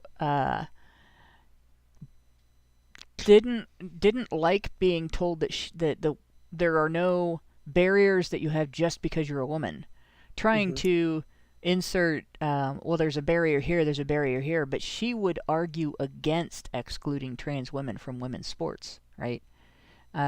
Whereas Pearl is arguing in favor of excluding trans women from women's sports, and her reasoning is because women can't compete with men. And it's fair to argue that if there's going to be a sex divide in sports, it should be based on biological sex and not gender identity. My response is this. How about we just take out the division altogether? It's a free-for-all. There is no women's sports. There's no men's sports. There's just sports. If you got a baseball team, men and women can be on it. If you got a track team, men and women, well, that's kind of the way it is, except for they count wins differently, but depending on gender. So you have top women and top men, and the teams are scored. But let's say any other team in any other team sport besides running sports, because running sports are different. But football, let women on the men's football team. Okay, no powder puff. Y'all have to do tackle now, right? I think the issue of trans women trying to compete as women would disappear, and the number of trans women in sports would significantly drop. I think there are a significant number of men who have decided to compete as women because they can, not because they are trans women. And you can see it in how little effort they put into trying to pass as women, and the fact that they don't actually go through and do anything to do with transitioning. And because of that, they're kind of cheating. They're getting away with cheating, which, in my opinion, is pretty shitty. They're cheating themselves and they're cheating everybody else, right? Yeah. I think that would end because it would take away their ability to cheat, and it would subject women to what men already experience. When I was in photography, like I had basically I had a 30-year career as a professional photographer. During that time, I had about a 20-year career as a sports photographer, and I had about 20 years as a wedding photographer, so there's some overlap there. And in wrestling, you might have 20 guys wanting to be on the wrestling team and one girl. You can't have a women's wrestling team, a girls' wrestling team with one wrestler. So she would join the boys. She would change in the girls' locker room, use the girls' restroom. She had a different set of standards for her uniform, but she would wrestle the boys. And if they were not comfortable with that, they would either lose the match or they would throw it. Wow. But, and then when I was, I think, maybe third or fourth year into my career I think I might have actually still been in high school, there was a girl from one of the other schools on one of the wrestling teams, and that's how she made it to state. She got all the way through the league and the regionals by not being touchable, basically. So the guys would forfeit or throw till she got up to, I think it was regional that she got up to, and the guy was like, "No, I'm doing this. I don't care what sex she is. Bullshit." And then he beat her in seconds. Like, there wasn't even enough time to photograph the match. Wow. Like, one second they were before start, they were in position to start, and like the whistle blew and she was on her back, and that was it. The only pictures of the match were from the pin. That is kind of hilarious. The guy who threw the league match didn't get to go to regionals because he wouldn't wrestle with a girl, might have given that other guy a fight. Mm-hmm. And he didn't get to because he couldn't wrestle a girl. Sucks. That just fucking sucks.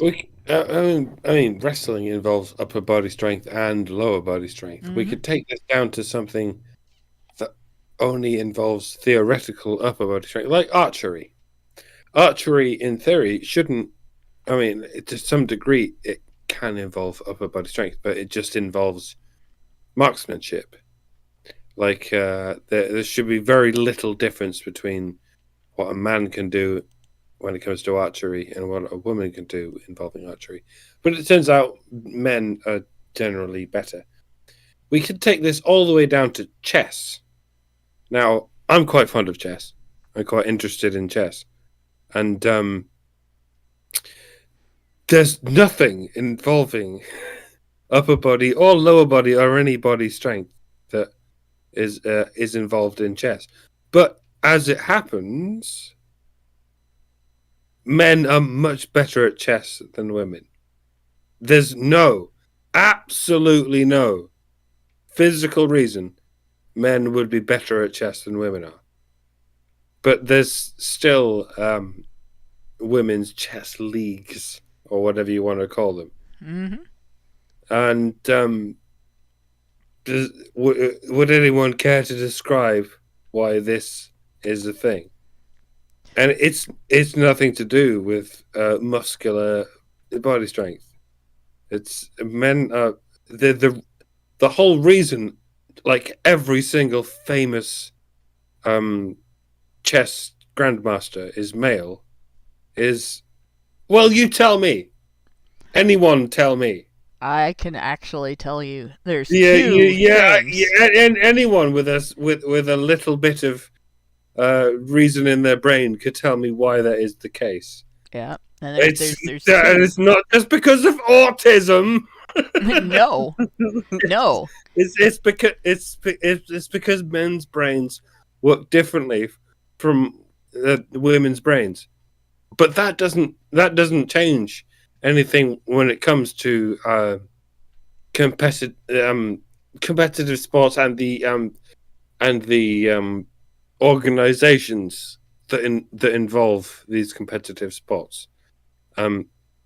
Even though there's no physical reason men would be better at chess than women, there is nevertheless a women's league that is separate from a men's league, despite it not being, despite the men's league not not allowing women's leagues in it.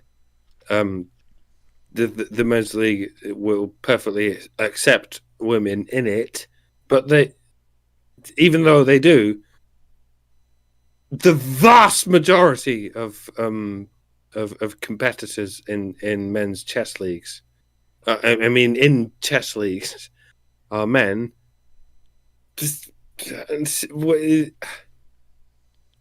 All of us know why, but the social justice warriors involved in these things don't understand why.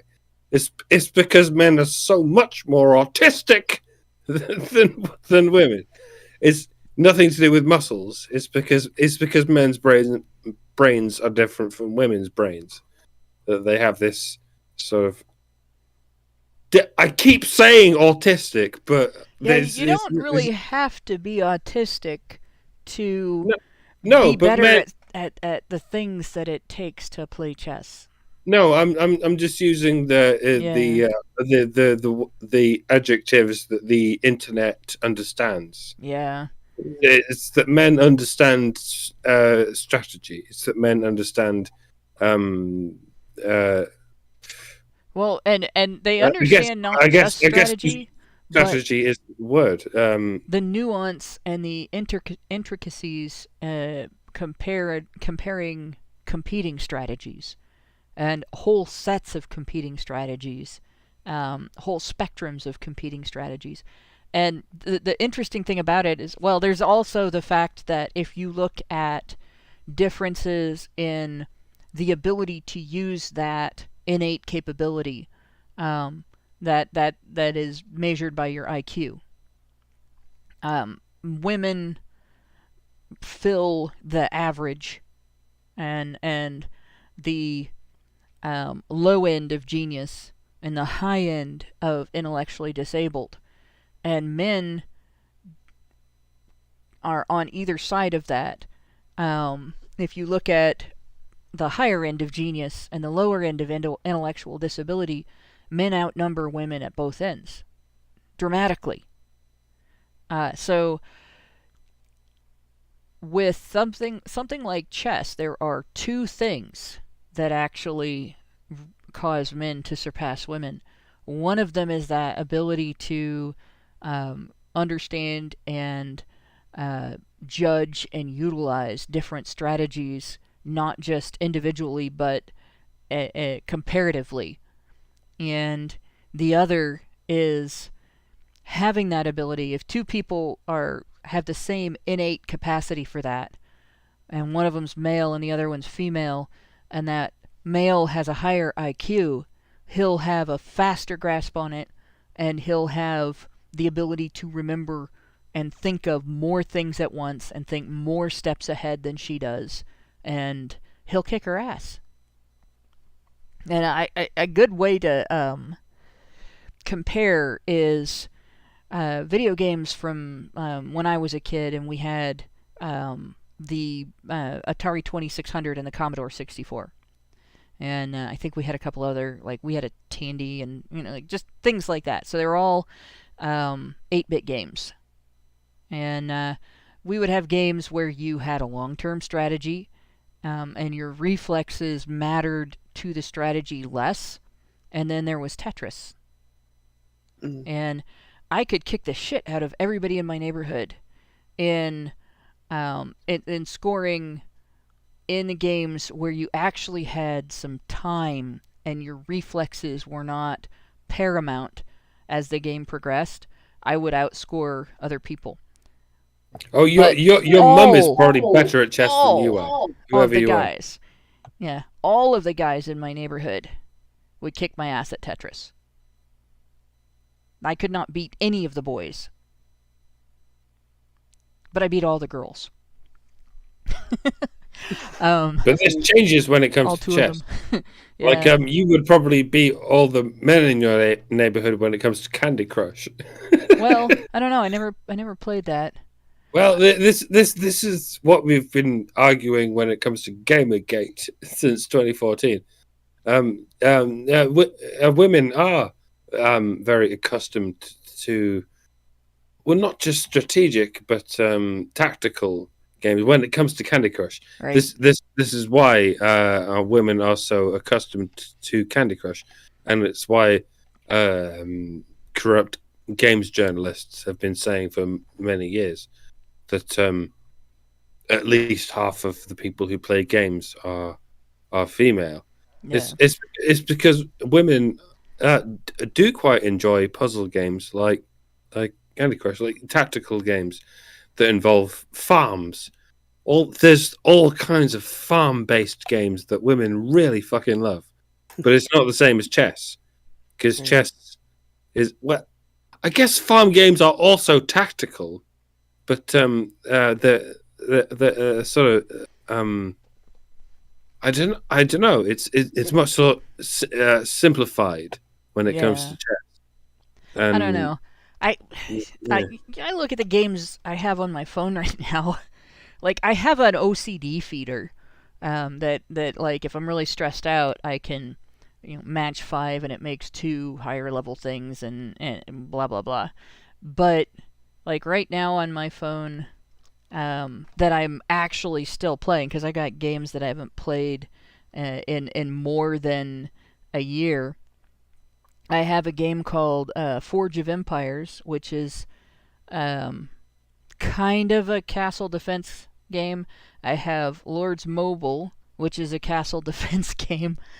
I have this weird game that I initially started playing it because I was curious about the girly aspect of the ads, called Game of Sultans, which is a very complicated social game that I suck at. And the reason I'm playing it is because I suck at it and I want to understand it. And I have a game called Drop the Number that is strictly about adding and reflexes, and I suck at that too. Like, that's the kind of stuff that I play. But and I have an RPG game that I haven't played in a couple of years, actually. It's been on my phone for 2 phones now, and I haven't actually opened it in a couple of years. But most of the ladies I know have matching games, sorting games, puzzle games. If there was a game for cryptograms, I'd play it. But most of the puzzle games I don't get excited about, right? And what I'm pointing out with regard to the Tetris thing is this. In Tetris, you have to be able to quickly identify and plan ahead your next moves. But you also have to be strategic. You have to sort of get a feel for the patterns in the game and understanding spatial relationships and turning objects to fit in the space and everything, and you have to do it fast. And the thing I suck at is the do it fast. If I have all the time in the world, I can come up with a great strategy. But if I'm under a time crunch, not so much. And I think that's a big difference between men and women in chess, because when you play chess, unless you are playing informally, there's a timer. And that would just kill me. Well, that kills me too, by the way. I guess that's maybe because I'm not quite as pure masculine as I could be. I'm very good at chess with no timer, but the chess that involves like 3 minutes each or 5 minutes each, absolutely terrible at that. Yeah, If I that have would be all the it. time in the world, I can beat any motherfucker at chess. But if there's a timer, I can't. And I guess that's not because I'm masculine; it's because I'm not quite all that masculine, Yeah. or whatever that even means. Yeah, I the guess other I guess we've got off on quite a tangent now, and maybe we should get back to the Yeah. video. The other way that this applies to athletics, though, and this is something that a lot of women don't get to experience, I guess. But I was always, a little handicapped in sports because of my asthma, and I didn't realize, maybe possibly also because of the EDS, but mostly because of the asthma. So I always was fighting against myself, competing against my body and its efforts to kill me. But I was also competing against athletes that were better than I was at everything, all the time. And I found one event where I was pretty good. I ran the 100-meter hurdles when I was in high school, and I was almost always second or third place in my little local league, which, we weren't the big schools, but we weren't the tiny schools either. We were like right in the middle. I ran against a state champion, or should say ran with a state champion. I mean, you're competing with your own teammates on the track team in practice and everything, and even during the race. So I had always ahead of me this girl who she was a 4-event state champion. Like, she was a high jumper, she was a sprinter, she was a hurdler, she was a relay runner, and she was amazing. So she was inspiration. And I always felt obligated to do better than I could do because of her. And I think a lot of girls don't get that opportunity, partly because they have it easier than I did. They don't suffocate when they're trying to run, and their muscles get the oxygen they need, and they don't run out of energy when they're trying to run. And so there's two responses a gal can have to that. I had the good response to hurdles, where I tried harder every single time I ran. Every single time I pushed myself a little farther and to run a little faster. And I lettered my freshman year because of that sport, because of that event. I chickened out of the 400-meter dash, and I shouldn't have. I had an asthma attack at the end of... We did an all-out practice, boys and girls. And I beat everybody except for 3 of the boys. So I was the front runner of all of the girls. And then I had an asthma attack. I actually had the asthma attack at the 300-yard mark and ran the last 100 yards. The boys wouldn't have beat me if I didn't have the asthma attack. But long legs don't make up for short lungs.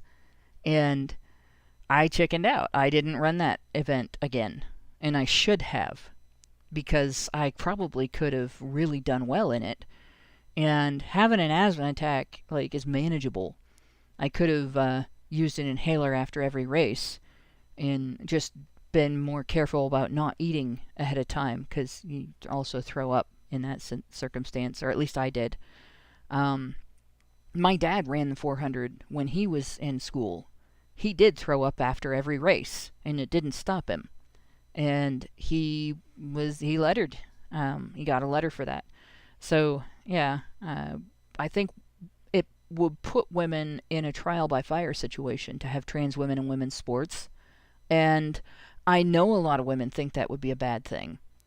But I think if coaches and parents encouraged them to use the opportunity to push themselves, to go all out and fight harder and work harder and do more, I think it would make a big difference. I think it would actually make women stronger, at least female athletes, and I think it would make them more successful at everything they do after their involvement in sports.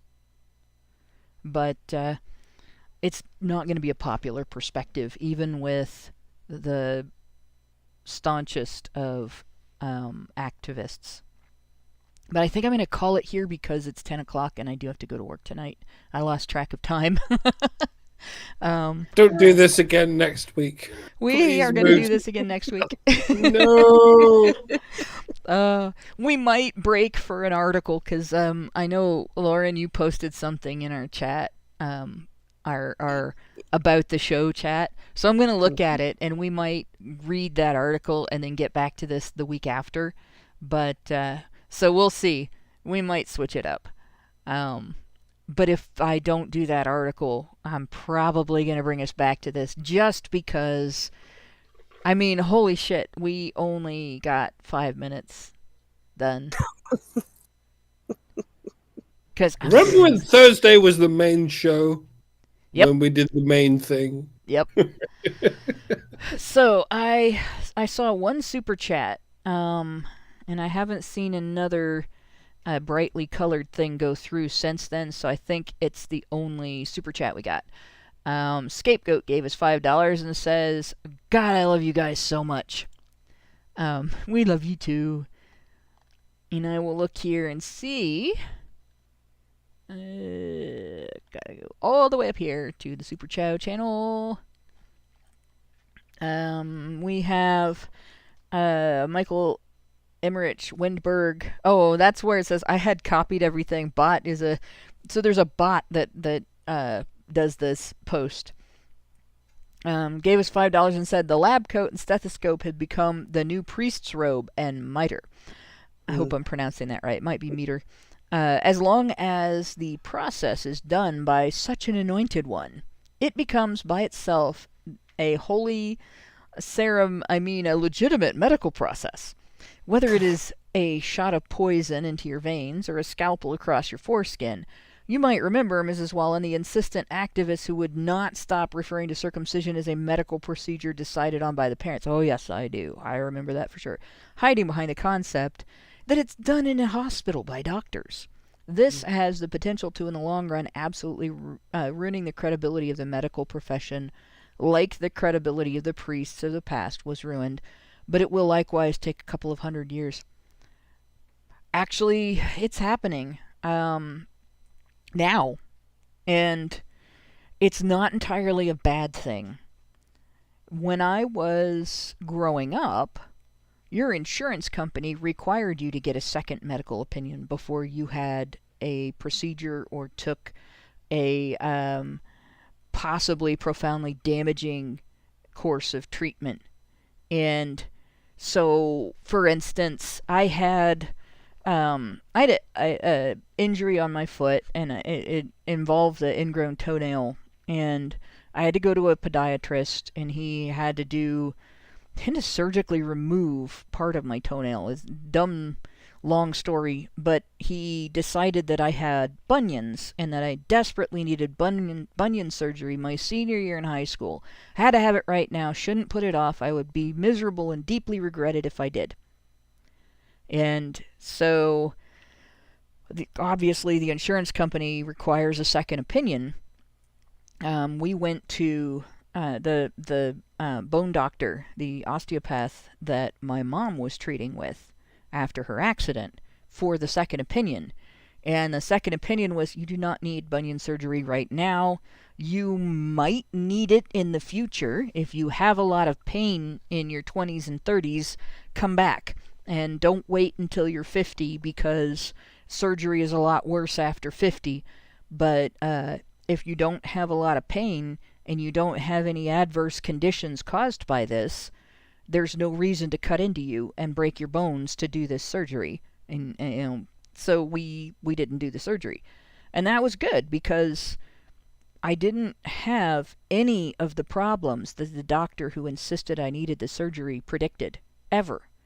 Like, my feet are fine.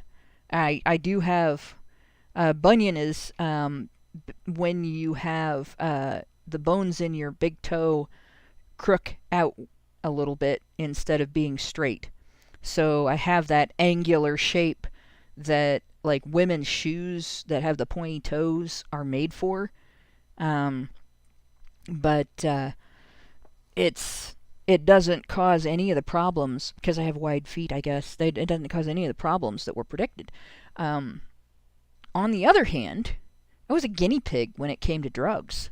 And I made a meme a while back in regard to the interview with politicians that was done in the UK, where the Pfizer exec admitted that I can't remember exactly the statement. Something about what it wasn't tested on, or how it wasn't tested on something that it should have been, or that it's normally done. Something that was supposed to be done. Or rather is normally done, that they were exempt from this time around. Right? And she used the phrase, "we had to move at the speed of science." And that pissed me off because every drug that I had used on me that was removed from the market for causing profound health problems in other people was FDA approved. Celdane, Hisbanol, those were two of them. There was a lawsuit against the makers of Theophylline. I was on all those. There was another one, Tavus-D.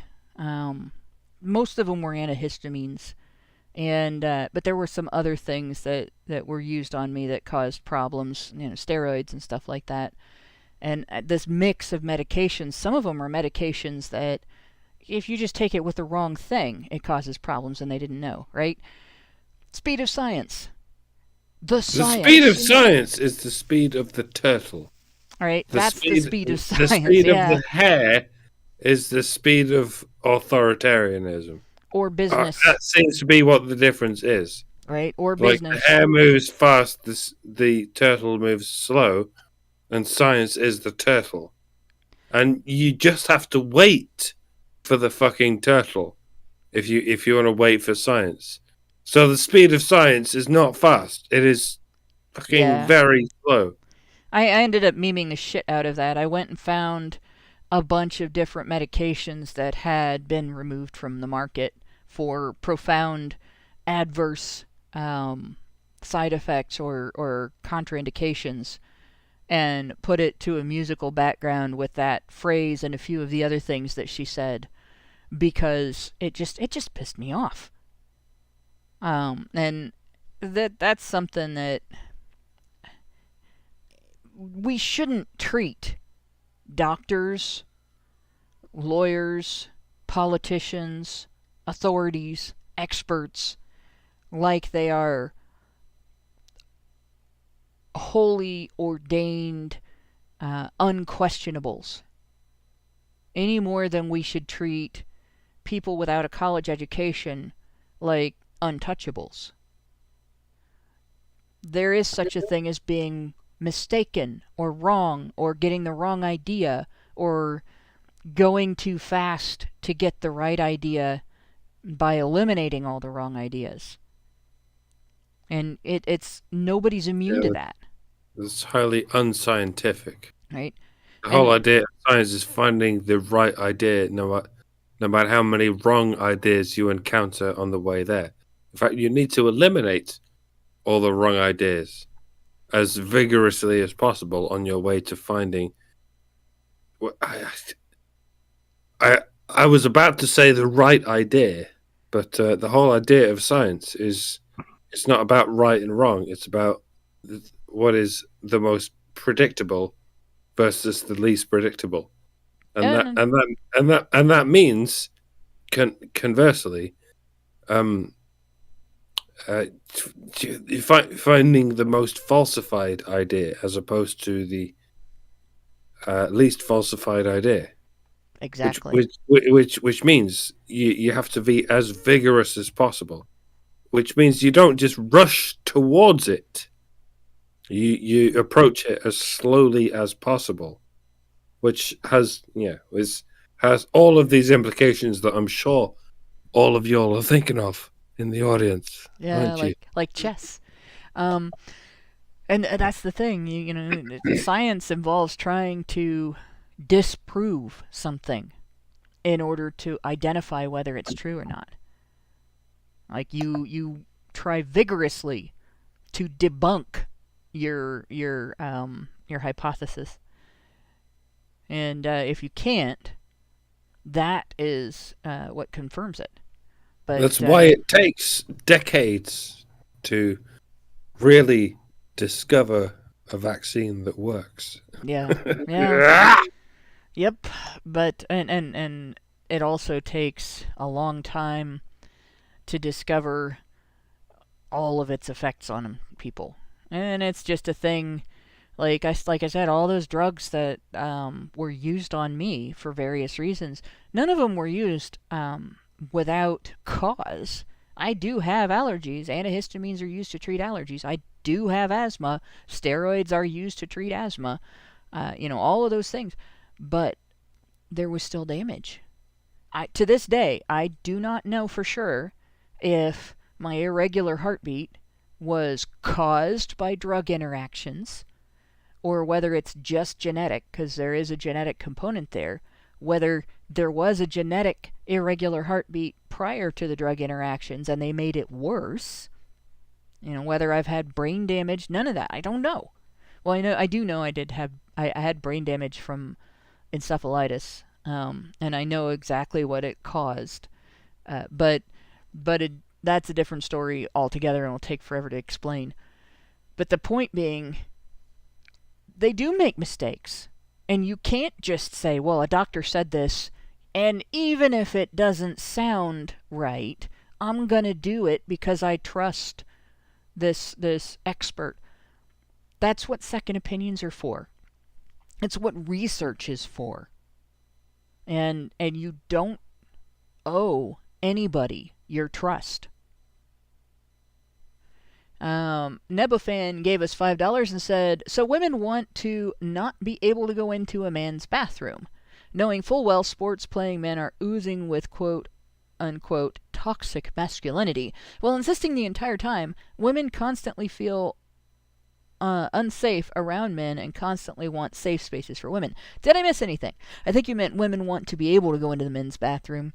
But yeah, they want to be able, they want a double standard. You didn't miss anything. And to me, the fact that about half of women have admitted to going into a men's room at one point in time or another, that tells me that the women aren't really afraid. If they were afraid, they wouldn't go into the men's room. They wouldn't go into men's locker rooms. There would be no discussion about that. So, I call bullshit. Let's see if there are any.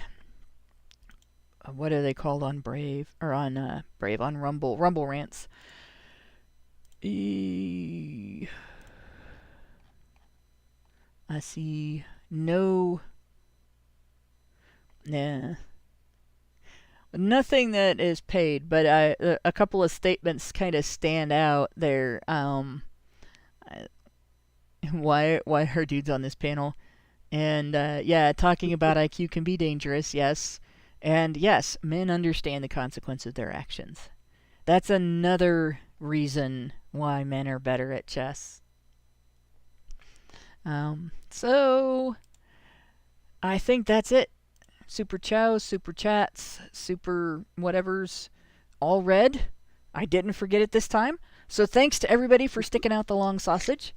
Thanks, Doc and Lauren, for all the great comments and sticking out the long sausage. Thanks to everybody who works in the background to make HBR Talk happen. And good night, all. Men's rights activists are machines, dude. Okay? They are literal machines. They are talking point machines. They are impossible to fucking deal with, especially if you have like a couple dudes who have good memory on top of that too. holy shit, you're fucked.